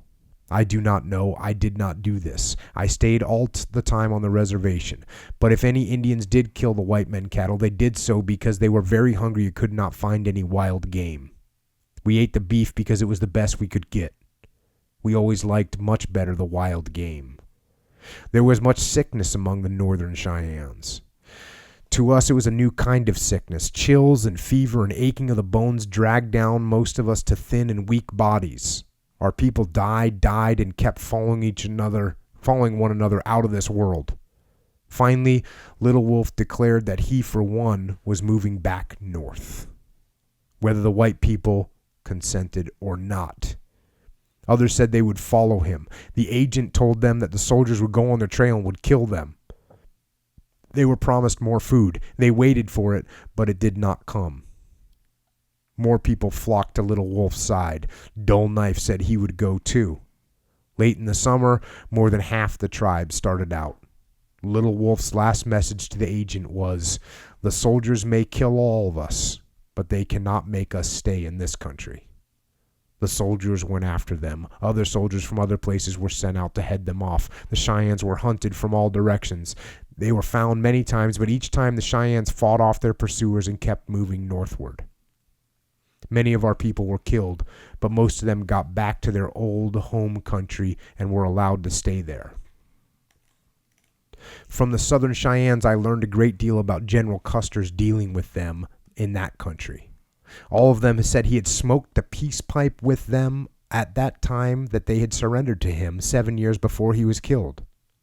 According to the custom among us, this was understood as a promise by him that never again would he fight against the Cheyennes. When they learned that he had been killed by our people in the Sioux, they considered him as having deserved that kind of death on account of his failure to keep his peace oath. I got a wife from the Southern Cheyennes. She had been a girl at the Cheyenne camp at the Washita River when Custer and his soldiers came there and killed many Cheyennes and burned their lodges in November of 1868. Chief Blackpot was one of the ones killed. The women and children fled, same as ours had done at Powder River. It was winter, and there was at that time a deep snow for that country. Soldiers chased the women and children and killed many of them as well as the men. My wife, at that time a girl, was barefooted, as others were also. They had been surprised in the early morning. She stopped and cut off pieces of her buffalo robe to tie about her feet to keep them warm as she ran. When they got to the camp of Snake Indians, farther down the river. My wife told me she was also with the Cheyennes when they surrendered to General Custer in 1869. After he had smoked the pipe with their chiefs, when they surrendered, some of the chiefs were put into prison and had chains upon their ankles. When I heard all of this from my wife, as well as from many of the other Southern Cheyennes, it seemed the great medicine may have directed Custer to his death as punishment for having broken his promise to the Cheyennes. So, eventually, they do go back north and they reestablish reservations up in the north, and eventually Wooden Leg proceeds up there as well. And when he gets up there, it seems like things are in a pretty bad way. Back to the book. The most sorrowful new condition we found in coming back to our Cheyenne country was in the case of Little Wolf himself. Some white men about the fort were selling or giving whiskey to the Indians. One night, Little Wolf got a bottle of whiskey and right away he drank all of it. He went into the fort trader's store and leaned forward upon the counter. He was quiet, but he was dizzy and stumbling here and there. The trader said, "Little Wolf, you'd better go to your lodge." But he said, "No, I want to stay here." Some Cheyenne men and women were playing cards at a table in the store. Famished Elk, a young man, sergeant of the scouts, was with them. He talked to Little Wolf, but the old chief paid no attention to his talk. Famished Wolf took hold of Little Wolf's arm and said, "Come, I will help you to get you to your lodge." He spoke and acted respectfully, but Little Wolf was angered because of the taking hold of him. He pulled himself away. His eyes blazed like fire. He stood a moment looking at the young man. Then he said, "I will kill you." He staggered alone on out from the store. Famished Elk returned to sit in the card game. Nobody was expecting any further trouble. But not long afterward, the door was opened and the Little Wolf stumbled into the room. He straightened himself out, leveled a rifle, and fired. Famished Elk sank down dead upon the floor. The old chief went back to his lodge and told his 2 wives what he had done. "We must go," he added. The 3 of them went out into the darkness of the night. Soldiers and Cheyennes searched for them. They searched during the next day and the next. The missing man and his 2 wives appeared in Miles City and sat themselves down at a place in plain view of the people there. A captain and some soldiers went to him. The captain we knew as Little Chief. He told Little Wolf what it was he had done. He further told him, "You are no more a chief of the Cheyennes." "That is true and just," Little Wolf agreed. He was not punished in any other way, but he further punished himself. Before he and his wives had left their lodge, he smashed into pieces his medicine pipe. Our old tribal laws required this. It was allowable for him afterward to smoke all alone in any small and short-stemmed pipe such as might be made from a deer leg bone, but he did not do this. He denied himself all smoking. He never made any offer even to sit in the company of other Cheyennes smoking together. White men offered him sometimes cigarettes, but he always refused them. After a time, he learned to chew tobacco, a habit never followed by the old-time Cheyennes. It seemed he did this deliberately for self-humiliation. He never tried to intrude himself on any tribal public affairs. The people remembered his great services in past times, but nobody consulted him on tribal matters in present times. Truly, in every way, he was never more a chief among the Cheyennes. So, alcohol, not good. Not good for your decision-making processes. Back to the book. When I was 31 years old in 1889, I enlisted with other Cheyennes to form a new band of scouts for the soldiers at Fort Keogh. For a long time, we did not do much except drill and work at getting out logs from the timber and building houses for ourselves. So he joins the army. Becomes a scout. We Cheyenne scouts did not get into any battle. At one time, we were all dressed and ready, but the officers made us stop behind a hill while the soldiers went on and killed many Sioux at a camp on a little valley just over the hill. A Sioux started that fight by killing an officer who was taking all the guns from them.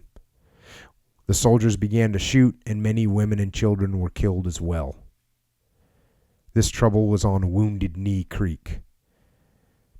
At the time of our advance up the hill, I was wearing a war bonnet for the first time in any battle. So he's talking about they were present at the massacre at Wounded Knee, which was a horrible massacre committed. You can hear there was between 150 and 300 Sioux were killed by soldiers, and it included probably about half of them were women and children. And later, he's talking about some dreams that he has. Back to the book. I believe I slept, but I'm not sure whether I was sleeping and dreaming or I was only lying there and thinking. I kept my cartridge belt buckled on me, and I hugged my rifle to my body. It seemed that angry Sioux Indians were all about me. They were searching for me, to kill me. Some of them were striking at me with war clubs and slashing at me with knives. I heard them calling my name, Wooden Leg. I jumped up and stood there wide awake. So he's having nightmares. His massacre happens, and he feels like, obviously, subconsciously, he's got some nightmares about that.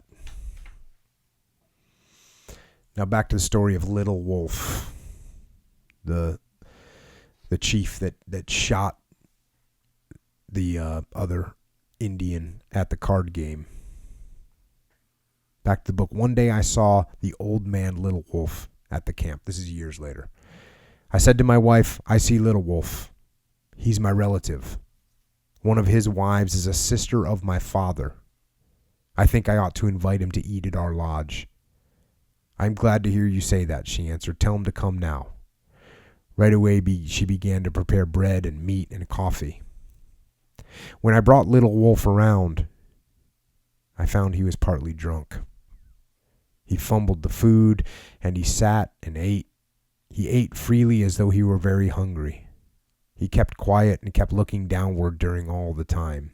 When he was done eating, I told him of my sympathy with him in his great trouble. He then told me all about the affair. I loved the young man and all of his people. I was crazy when I shot him. At this time in the conversation, Little Wolf was about 70 years old. This man gave away all of his horses after he'd been put out of his position as our greatest chief. After that, all of his traveling was done afoot. Sometimes he went alone, sometimes one or both of his wives accompanied him.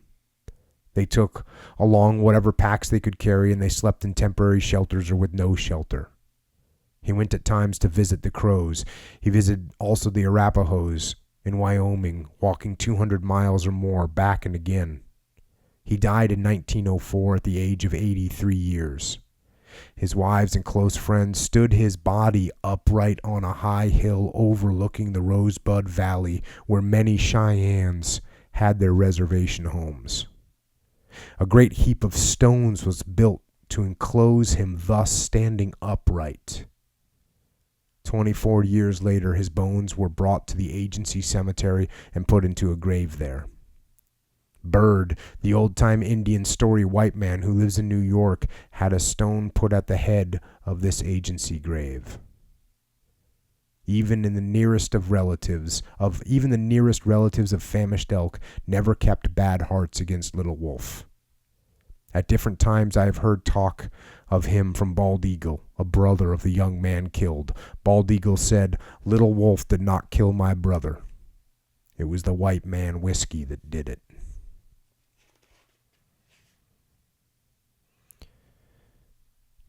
Now we fast forward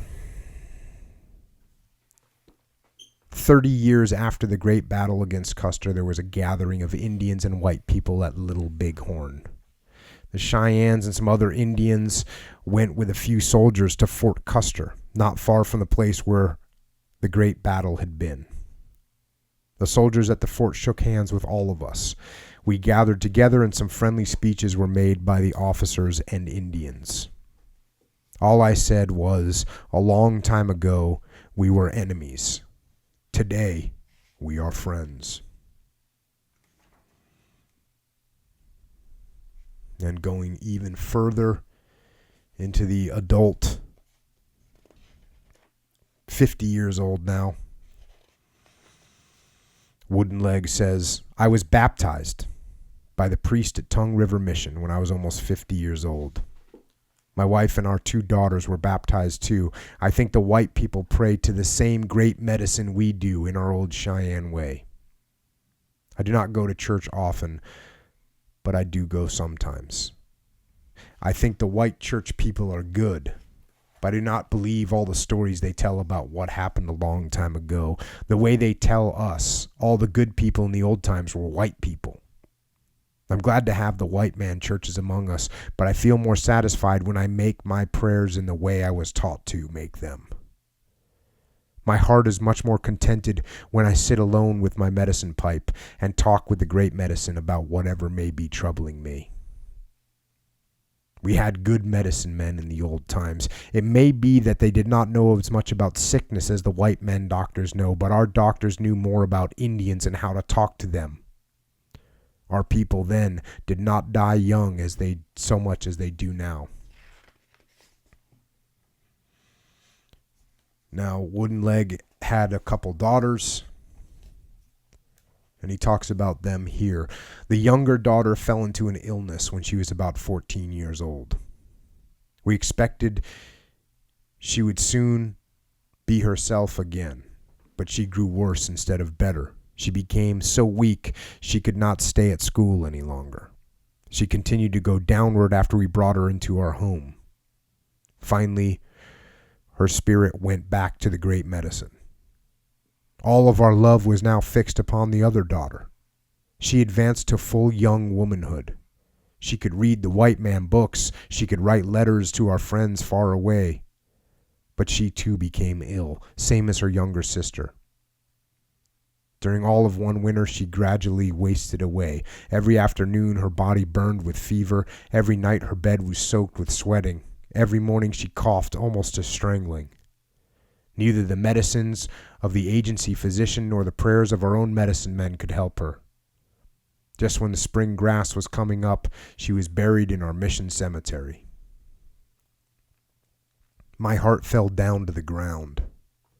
I decided then that the white man's school is not good for Indian children. I think they do not get enough of meat at the boarding school. I think that they are kept in school too much during the year. They ought to be out and free to go as they please during all the good weather of the autumn and the spring.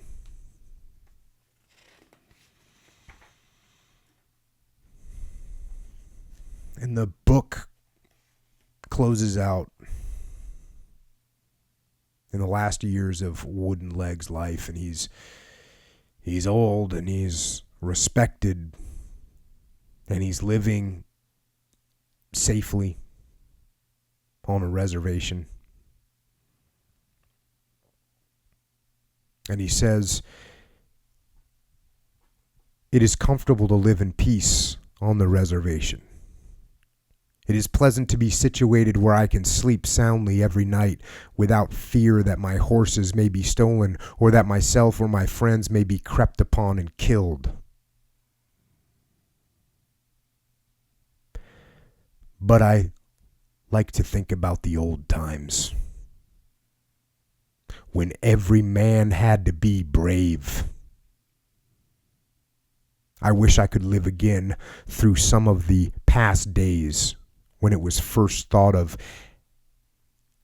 every prospering Indian. The first thought of every prospering Indian was to send out the call, 'Oh, friends, come, come, come. I have plenty of buffalo meat. I have coffee. I have sugar. I have tobacco. Come, friends, feast and smoke with me.'"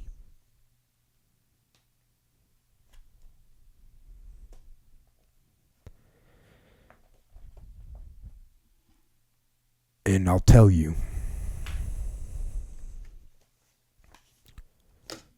that I miss those days too, when every man had to be brave, when comfort was no guarantee, when life itself wasn't a guarantee. And I think that is one of the lessons to be taken from Wooden Leg, is something you hear me say often, is that you have to cherish it. Cherish the struggle, the contest, the suffering, the risk. Don't shy away from it, but instead cherish it. And another piece that I find so important, so reinforcing to what I see in the world, is look at how the Cheyennes were beaten. It wasn't in war. It wasn't in battle. They weren't defeated by the white man's guns or the white man's tactics. No.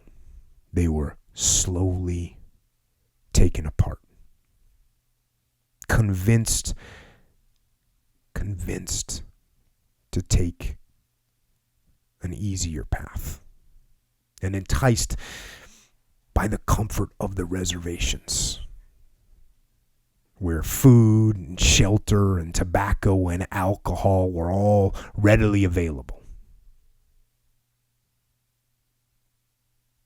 And they weren't defeated in some decisive battle by weapons or by war. They were defeated and controlled by one tiny, seemingly insignificant surrender at a time. Giving up their land, and then giving up their horses, and then giving up their guns.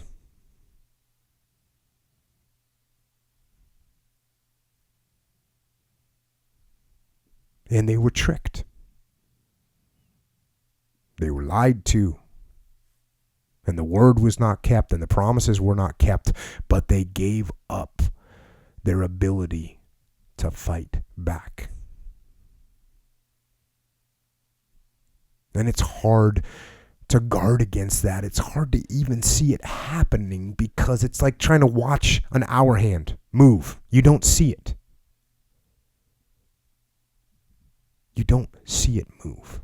And then you turn around, and this beautiful and this magnificent warrior culture is relegated to whiskey and dependency and entrapment on reservations.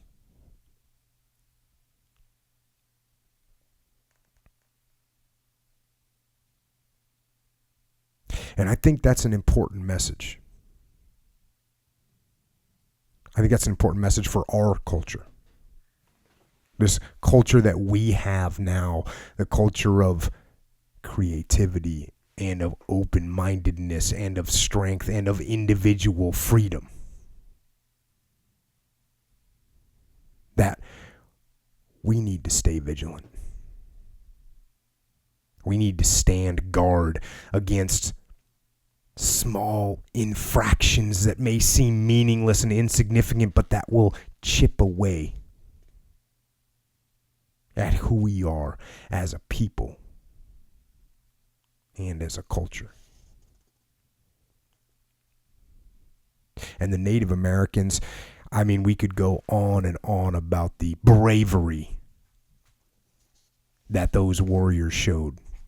Even past this period in World War II, there's story upon story about the bravery that they showed in the Vietnam War. Native Americans that served with honor and courage. But we have to learn more than just that. And I think it's the same thing on an individual level as well. Because it's not that we as people, it's not that we as an individual, as a person, it's not that you wake up one day and you decide that's it. I give up. I'm going to be weak now. I'm just going to surrender everything to be comfortable. We don't do that in one day. It doesn't happen. It's not one decision. It's a slow, incremental process that just chips away. It chips away at our will and chips away at our discipline. We wake up a little bit later and we miss a workout, and then we miss another one, and then we just start to eat what we shouldn't eat, and we start to drink what we shouldn't drink, and without even realizing it, one day you wake up and you become something that you never would have allowed. And instead of being strong, you're weak.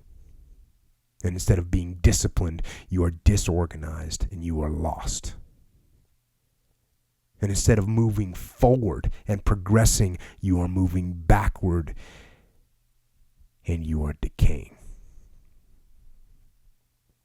And that happens without us even seeing it, without us recognizing it.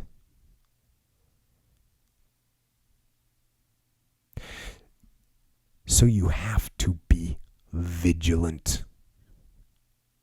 You have to be on guard. You have to hold the line, even on the seemingly insignificant little things that shouldn't matter, but those things do matter. And instead of going backward, instead of decaying, get stronger, get better, grow, and learn and develop and live. And live in such a way that you don't remember the old days with sorrow that they are gone, but with pride and with gratitude that those old days led you to where you are today. A place of wisdom and a place of knowledge and a place of experience and a place of peace. And I certainly hope that Wooden Leg found his peace with the great medicine.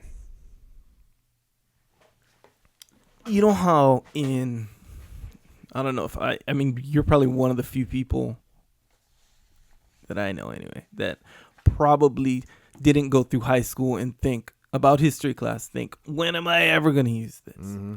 A lot of us thought that. And like this kind of stuff, right?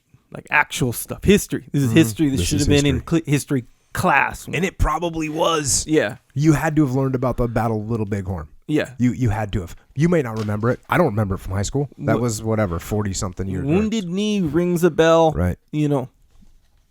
So that was probably the attitude for most of us.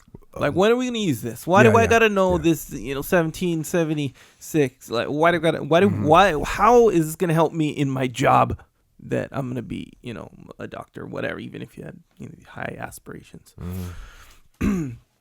So that last part, you just said, but that's why. For real. What part? What do you mean? Well, the whole part. The whole part. Okay. Yeah, at the end where you're like, okay, look, and here's how it was explained to me by my mom and dad. History is important because you have all the people that you learn about, all the events you learn about. You learn lessons out of it. Of course, as a kid, you're like, all right, well, I'm just memorizing dates and events here. But they're like, no, you learn lessons. Like history, wars, all the it's all to like settle problems. You got to learn lessons from history. I'm like, all right, I get it. This, I think, on a group level, you can learn a lot of lessons, of course, from history. This on an individual level, everybody, especially now, bro. Now it's like, I was thinking about this today. Okay, I'm driving home. I went to the pumpkin patch, right? And the pumpkin patch is like it's really cool. It was down in Bonita. It wasn't like a built one in a parking lot that you go to. It was like a legit one, and hardly anyone there. And my daughter's running around getting, and my wife comes from the country and stuff. So she's like, "See, this kind of pumpkin patch is great compared to the ones that built in the parking lot." And I'm thinking, that's where we are today. Yeah. Where, not a pumpkin patch. Let's go build a pumpkin patch. Like, that's how little really we have to do. We're building pumpkin patches so you can go experience a pumpkin patch. Yeah, on pavement. Yes, in a parking lot. When we're done with this, built thing. We get, you have shows on TV. I always harp on reality TV, but man, this is the reality of it, where we have time now, the time and the inclination to sit and watch hours of just other people living their life. That's just it. Embarrassing. That's where we are today. I'm not saying we all do it, but I'm saying we can if we want. Yeah, we can if we want. That's where we are. Okay. So consider that. That's the opposite of this. That's like basically what you're talking about right here. Yeah. Where you're like, okay, the more like kind of, you didn't really say avoid luxury, nothing like that, but basically you're keep your capability in check. I don't want to miss the old days when I was capable, because I gave it up to be more comfortable. That's the lesson I think that you can learn individually. Yeah, no doubt. And I think even, the culture, we're talking about cultures of warriors.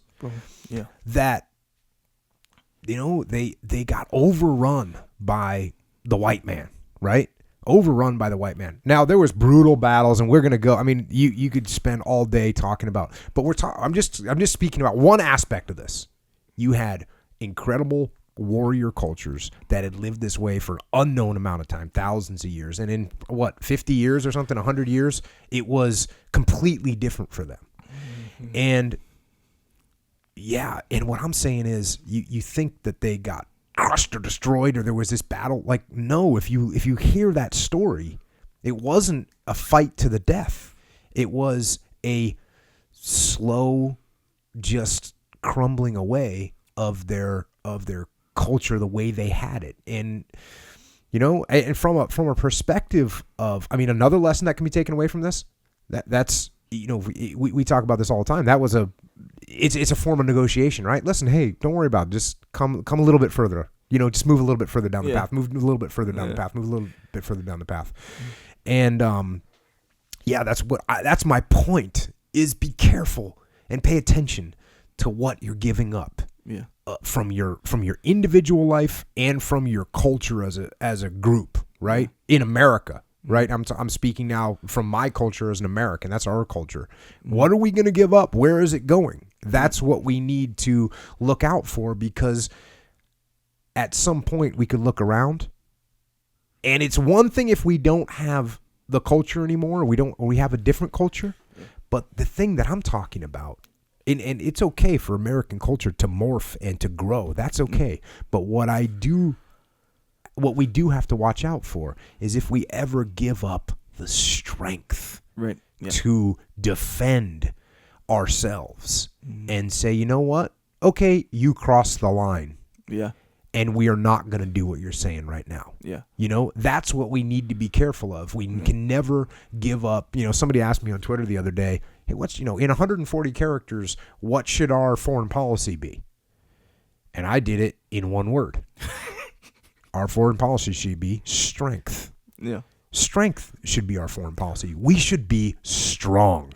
Yeah. And I'm telling you right now, we've talked about this before, when you are strong and you can defend yourself and you know that you can handle any problem that comes your way, you're not going to have many problems. Yeah. Right? It's not going to happen. It's when you're weak. It's when you let your guard down. That's when you have problems. Yeah. And strength, essentially capability, right? That's, and I'm not talking about the foreign policy thing at all. You want to go down that path with me? No, I mean, not now, but okay. So like CrossFit, for example, right? Oh yeah, okay. Well, by strength, I don't just mean strength. Of course, I mean that's skill. I mean the ability. Capability is what capability, it is, straight up. Because I stand corrected. I didn't mean to correct you. Of course, I meant more like I'm contributing. We'll say contribute. But you know how okay, so I remember when CrossFit exploded onto the scene and people got real into it. And sometimes people would get criticized, like, man, you're doing this crazy work. You're just getting good at working out. Like, you're trying to get into this crazy shape for nothing. Like, what are you training for? You're not training for sport. You're just training. I mean, I'm sure you could actually, the same could kind of be said about you. You're waking up every day, training all hard, like, for what? And you're like, for life, right? Yeah. Right. So you're training for capability. Yes. I'm capable. Are you capable? And what level of capability do you have, So people who've spent and this by no means is any kind of judgment, but if you've spent your life neglecting your health or your capability, you can be less well off. You're not going to be very well off.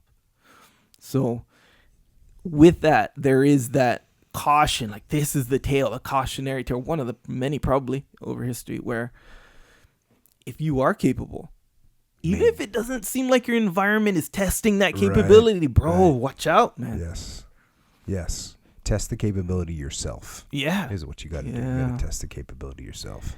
That's a good thing, too. And about spending, too, because the system, but especially now, like I said, like life is luxury right now for us, where you can...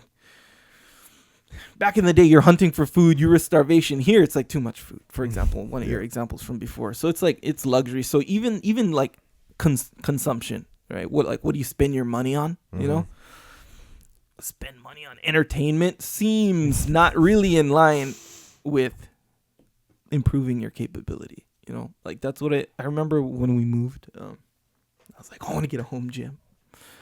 And it was pretty expensive, like what I wanted, but it was easily justifiable. Yeah, absolutely. Because, and I wasn't thinking in these specific terms, but really basically that's what I was thinking. Like, this is going to help me in life. This is going to for sure help me be more capable, way more. And I already had a gym membership. But you want the home gym. You want the home gym. You're going to be even more capable overall. I'm just saying. So if, you know, like a lot of times that alone can justify like certain types of consumption. For sure. Yeah. Yeah, absolutely. I don't even think when it comes to me to making expenditures on things that are going to make me better. Yeah. There's not even like, I don't hesitate on those things. I pull the trigger. Yeah. I make it happen. I make it happen. Yeah. I don't play around. You know, I do not play around. And I've been known to be pretty tight with my money. Yeah. But not when it comes to something that's going to make me better. Not when it's real time. Yeah, for sure. Yeah, man. It's good. Amazing book, amazing life. Pick this book up on Amazon.com. The book is called Wooden Leg, a Warrior Who Fought Custer. Maybe later we'll do some more. Maybe we'll do the other side of this battle and maybe get a little bit more into the battle. And like I said, there's plenty of lessons learned from Custer. There's plenty of lessons learned there. And there's a lot of controversy around it. And that's what I tried to avoid the controversy. I've tried to stick with just what's being said by Wooden Leg himself. Mm-hmm. There's a lot of controversy about this battle and who did what and who is to blame and what mistakes were made. And they're all what I take from all those things, I'll learn from all of them. Mm-hmm. I'll learn from every theory. I'll learn from all of them. That's my goal. But we'll definitely get into that. This book is just a great read. The more you can fill your head up with different perspectives, and the more you can pay attention to Native American and learn more about their culture. Awesome culture. Warrior culture. Yes, a warrior culture. Love that. And like I said, serve with honor in all of our wars here, which is, we should probably do a whole podcast about Native Americans fighting in World War II and Vietnam and in the current conflicts we have. So you can pick that up on Amazon, on the interwebs. Mm-hmm. And if you want to help the podcast, you can actually do a little click through of Amazon. Yeah, I was going to say, I'll put that book link on the website. Click on it. It'll take you right to the book. Boom. And as far as Amazon goes in general, there's a click through on the website. So it doesn't matter what you're going to buy. Correct. From Amazon. If you want to support the podcast. Right. That's that's essentially what we're talking about. If you want to here. invest 3 to 5 seconds opening that page and clicking through, you want to support the podcast, that's a great way to do it. Doesn't cost anything. Yeah, getting in the game, making yourself, us, everyone really more capable. Yes. Let's improve knowledge, all of our capabilities. Yeah, all that stuff. Yeah, click through Amazon. Boom. Go to the website, click through, and save it to your favorites. It's a little efficient trick. Support actively, passively. Yeah, real actively. Aggressively. Also, speaking of making yourself capable, supplementation. Man, I still haven't gotten krill oil yet. I'll make that order tonight. But krill oil. This is no longer on me. Yeah, yeah. Right? It's on you now. Yeah. We took the steps. Yes. Yeah, we're doing it. Yeah. It's it was always on me, let's face it. It's fun to put it on you, but nonetheless, krill oil is, would you say that's the main one? Man, I've been on krill oil for a long time and I dig it. Yeah, there it is. Krill oil, Warrior bars. These are just ones I'm recommending. Shroom Tech. So, Shroom Tech. Just get your Shroom Tech together. Go to Onnit. Onnit.com/Jocko. That's for 10% off. But if you didn't know what Onnit is, it's just the best supplements. We'll just say that. They have some other cool stuff on there too. But anyway. Indeed. Yeah, that's the one. Dope. I think they have some new stuff coming out too. Oh, we'll talk about that next time. So I got to do an evaluation on that one. But yeah, Onnit is dope. And of course, subscribe to the podcast on iTunes if you haven't already. Yeah, that's a good one. And tell your friend. Yeah, tell your friend. And here's tell all your friends, both of them. Yeah, to subscribe to the podcast. It's I mean, I guess it's kind of obvious for us to say, hey, tell your friends about our podcast. That makes sense. But when you tell your friends about like, okay, so I have a friend who has a friend. Our friends, 2 of them, they listen to this podcast. Oh, it's Jocko and Jocko. We knew them for a long time. They listen. Then they tell their other friend. I didn't know this, but I see on Facebook, thank you for telling me about Jocko podcast. All this stuff. So these were people that know us but didn't know about the podcast. No, no. 2 people knew us, knew the podcast. Okay. Apparently had told some people he was thanking them officially. Here's the thing. The more people who act like, I don't know, take anything you talk about. Extreme ownership, we'll say. Anybody. Good book, by the way. Good one. But just the concept of extreme ownership. Right. You get somebody implementing extreme ownership by a factor of 10% in their life, and they're in your life, that's an improved life. That is an improved life. That's why I would say that reason alone is a good reason to tell someone about the podcast. Yeah, no, I mean, I hear from people that say the podcast has helped them out greatly, which is the best. It's why we're sitting here, right? Because if I didn't hear that from anybody, if we got no feedback, maybe we wouldn't be doing the podcast right now. Maybe we wouldn't have learned about wooden leg tonight. Yep. Yeah, agree. So, yeah, tell your friends about the podcast. Yeah, get them in the game for sure. And tell them about that YouTube channel. The YouTube channel, right? The YouTube channel. YouTube channel's good. Echo putting up videos almost on a daily rate right now. Oh, wait, no, we don't. I'm working on a good one. It's different. Ooh. Yeah, I'll let you know. I'll see if I can't get it up in the next week or so. But it'll be good. And yes, I do promise I'll put more videos on there, but subscribe to YouTube. Oh, a promise. Yeah. You heard that, folks. Above and beyond just the podcast video. A promise. Yeah. There you go. It's a vague promise, by the way. I'm going Yeah. to put more videos on. That's like one. Yeah. It's all right. YouTube videos. All right. And of course, if you're into t-shirts, go to JockoStore. Or rash guards. Here's the thing about the rash guard. I'm not a scientist officially, but you know the 19% improvement of performance if you wear the rash guard? Yeah. That we It's starting to look like that is factual. Yeah. Yeah. So it's what do you call it? Not proven, but what do you call it? Confirmed. Confirmed, yeah. UFC fighter, 9-year veteran UFC fighter, currently fighting in the UFC. Confirmed it. Confirmed. So he can tell. Bro, if anyone can tell, he can tell. Measurable. Scientific. It's scientific. Cool. Why don't you say his name? Because while I'm saying this, I'm contemplating, should I say his name is Cole Miller? Yeah, we know who it is. The man. Cole Miller did confirm Yep. that his jiu-jitsu was 19% better 19%. on the mat. Yeah. Confirmed. Yeah. And again, that's, if you were going to be doing some kind of a scientific experiment, you'd want some kind of a doctor. Yes. Somebody with a PhD. Expert. Some of them expert. Yeah. You got your expert right there. Yep. There you go. You got Cole Miller. Sick jiu-jitsu, by the way. Yeah. He sees it. He feels 19%. Yep. Proof. He was training with Rowan. Yeah. Yeah. There's a few people. I trained with that guy. I trained with him one time in Atlanta. Yeah. Yeah. That was like the first time I ever went into a place, and I walked in. I was like, "Hey man, I just want to train." And he looks at me. Who? Rowan Okay. Rowan Cordiero, I think, and he's in the UFC too. But I shook his hand, and this was like 10 years ago or something. And I shook his hand. I was like, "Hey man, good to meet you. I'm just here to train. Can I train on your mats?" And he's like, "Yeah." "Are you a black belt?" He asked me that, and I was like, "Yeah, I am." And I don't know how he could tell. Right. But You like, just tell. he knew. Yeah, He knew. He's like, "Are you a black belt?" I said, "Yeah, man. My black belt should go high. Let's do this." But he's an awesome guy too, man. Super nice guy. Yeah. But hopefully maybe we need to get him a rash guard too. Yeah, man.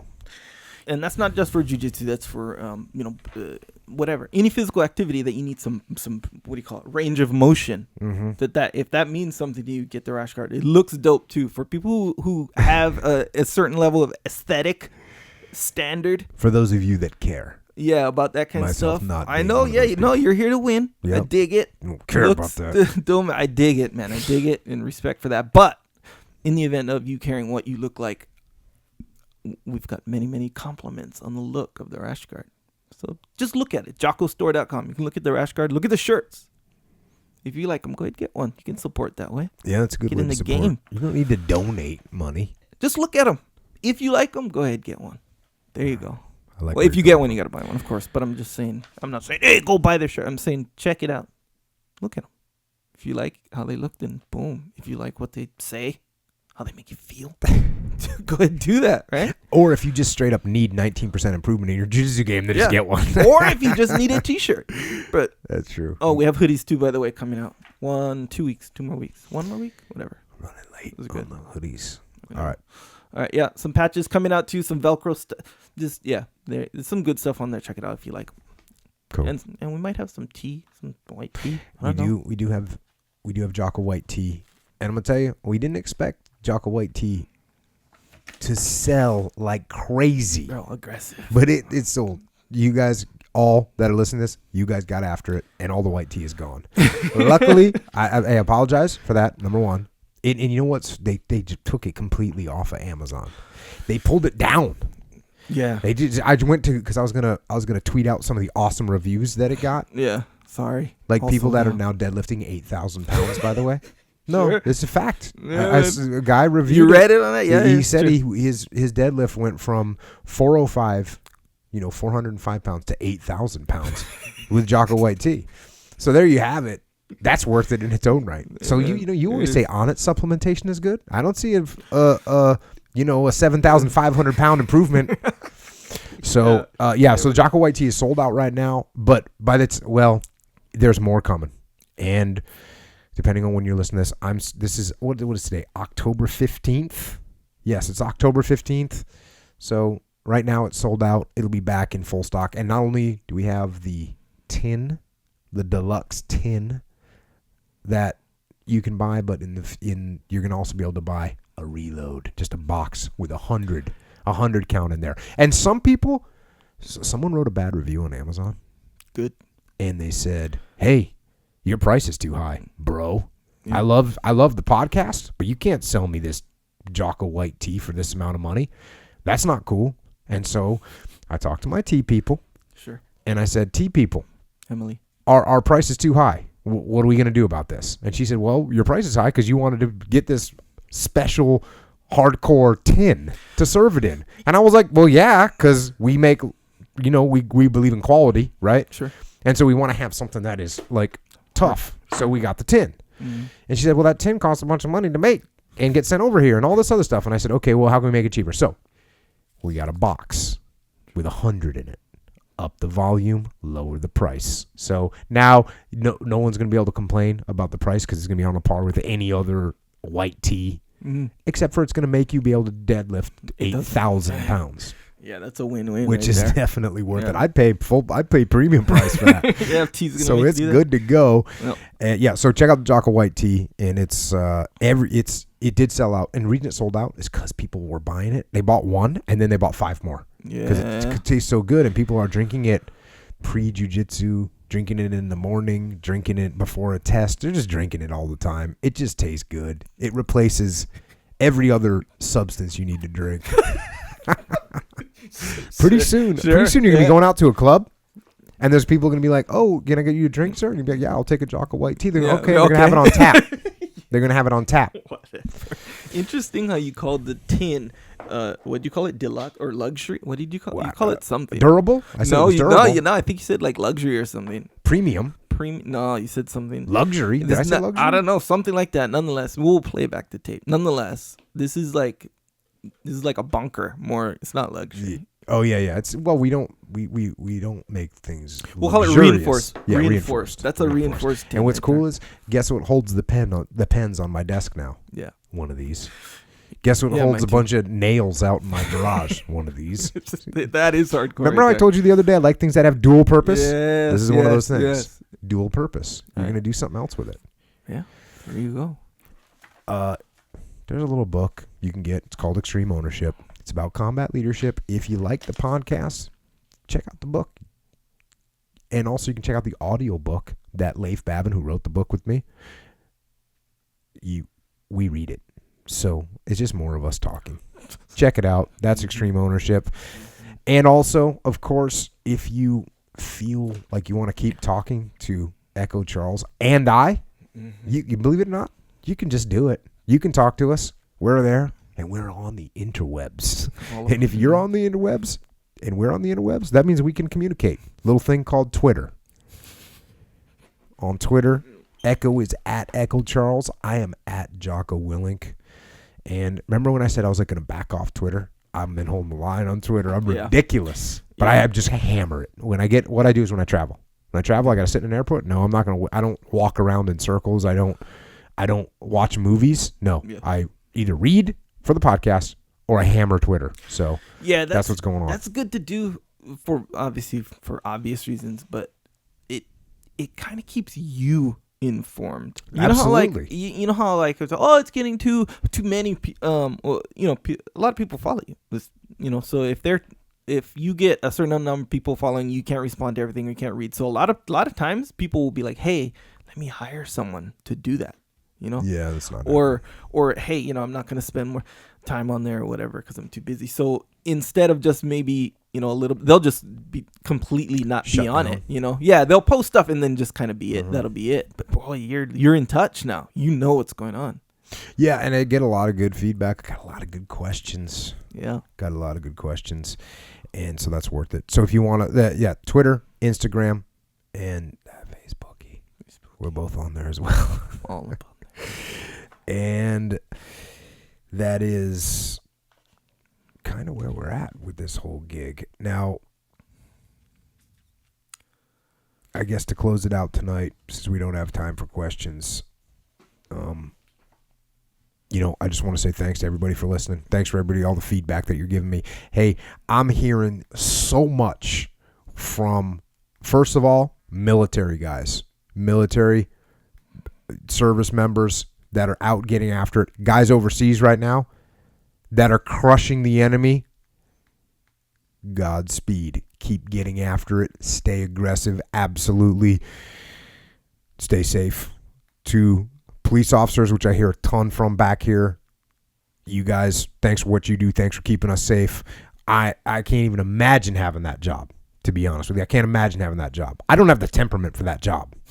It's not for me. And for those of you that do that job, stay strong. I know it's hard times right now.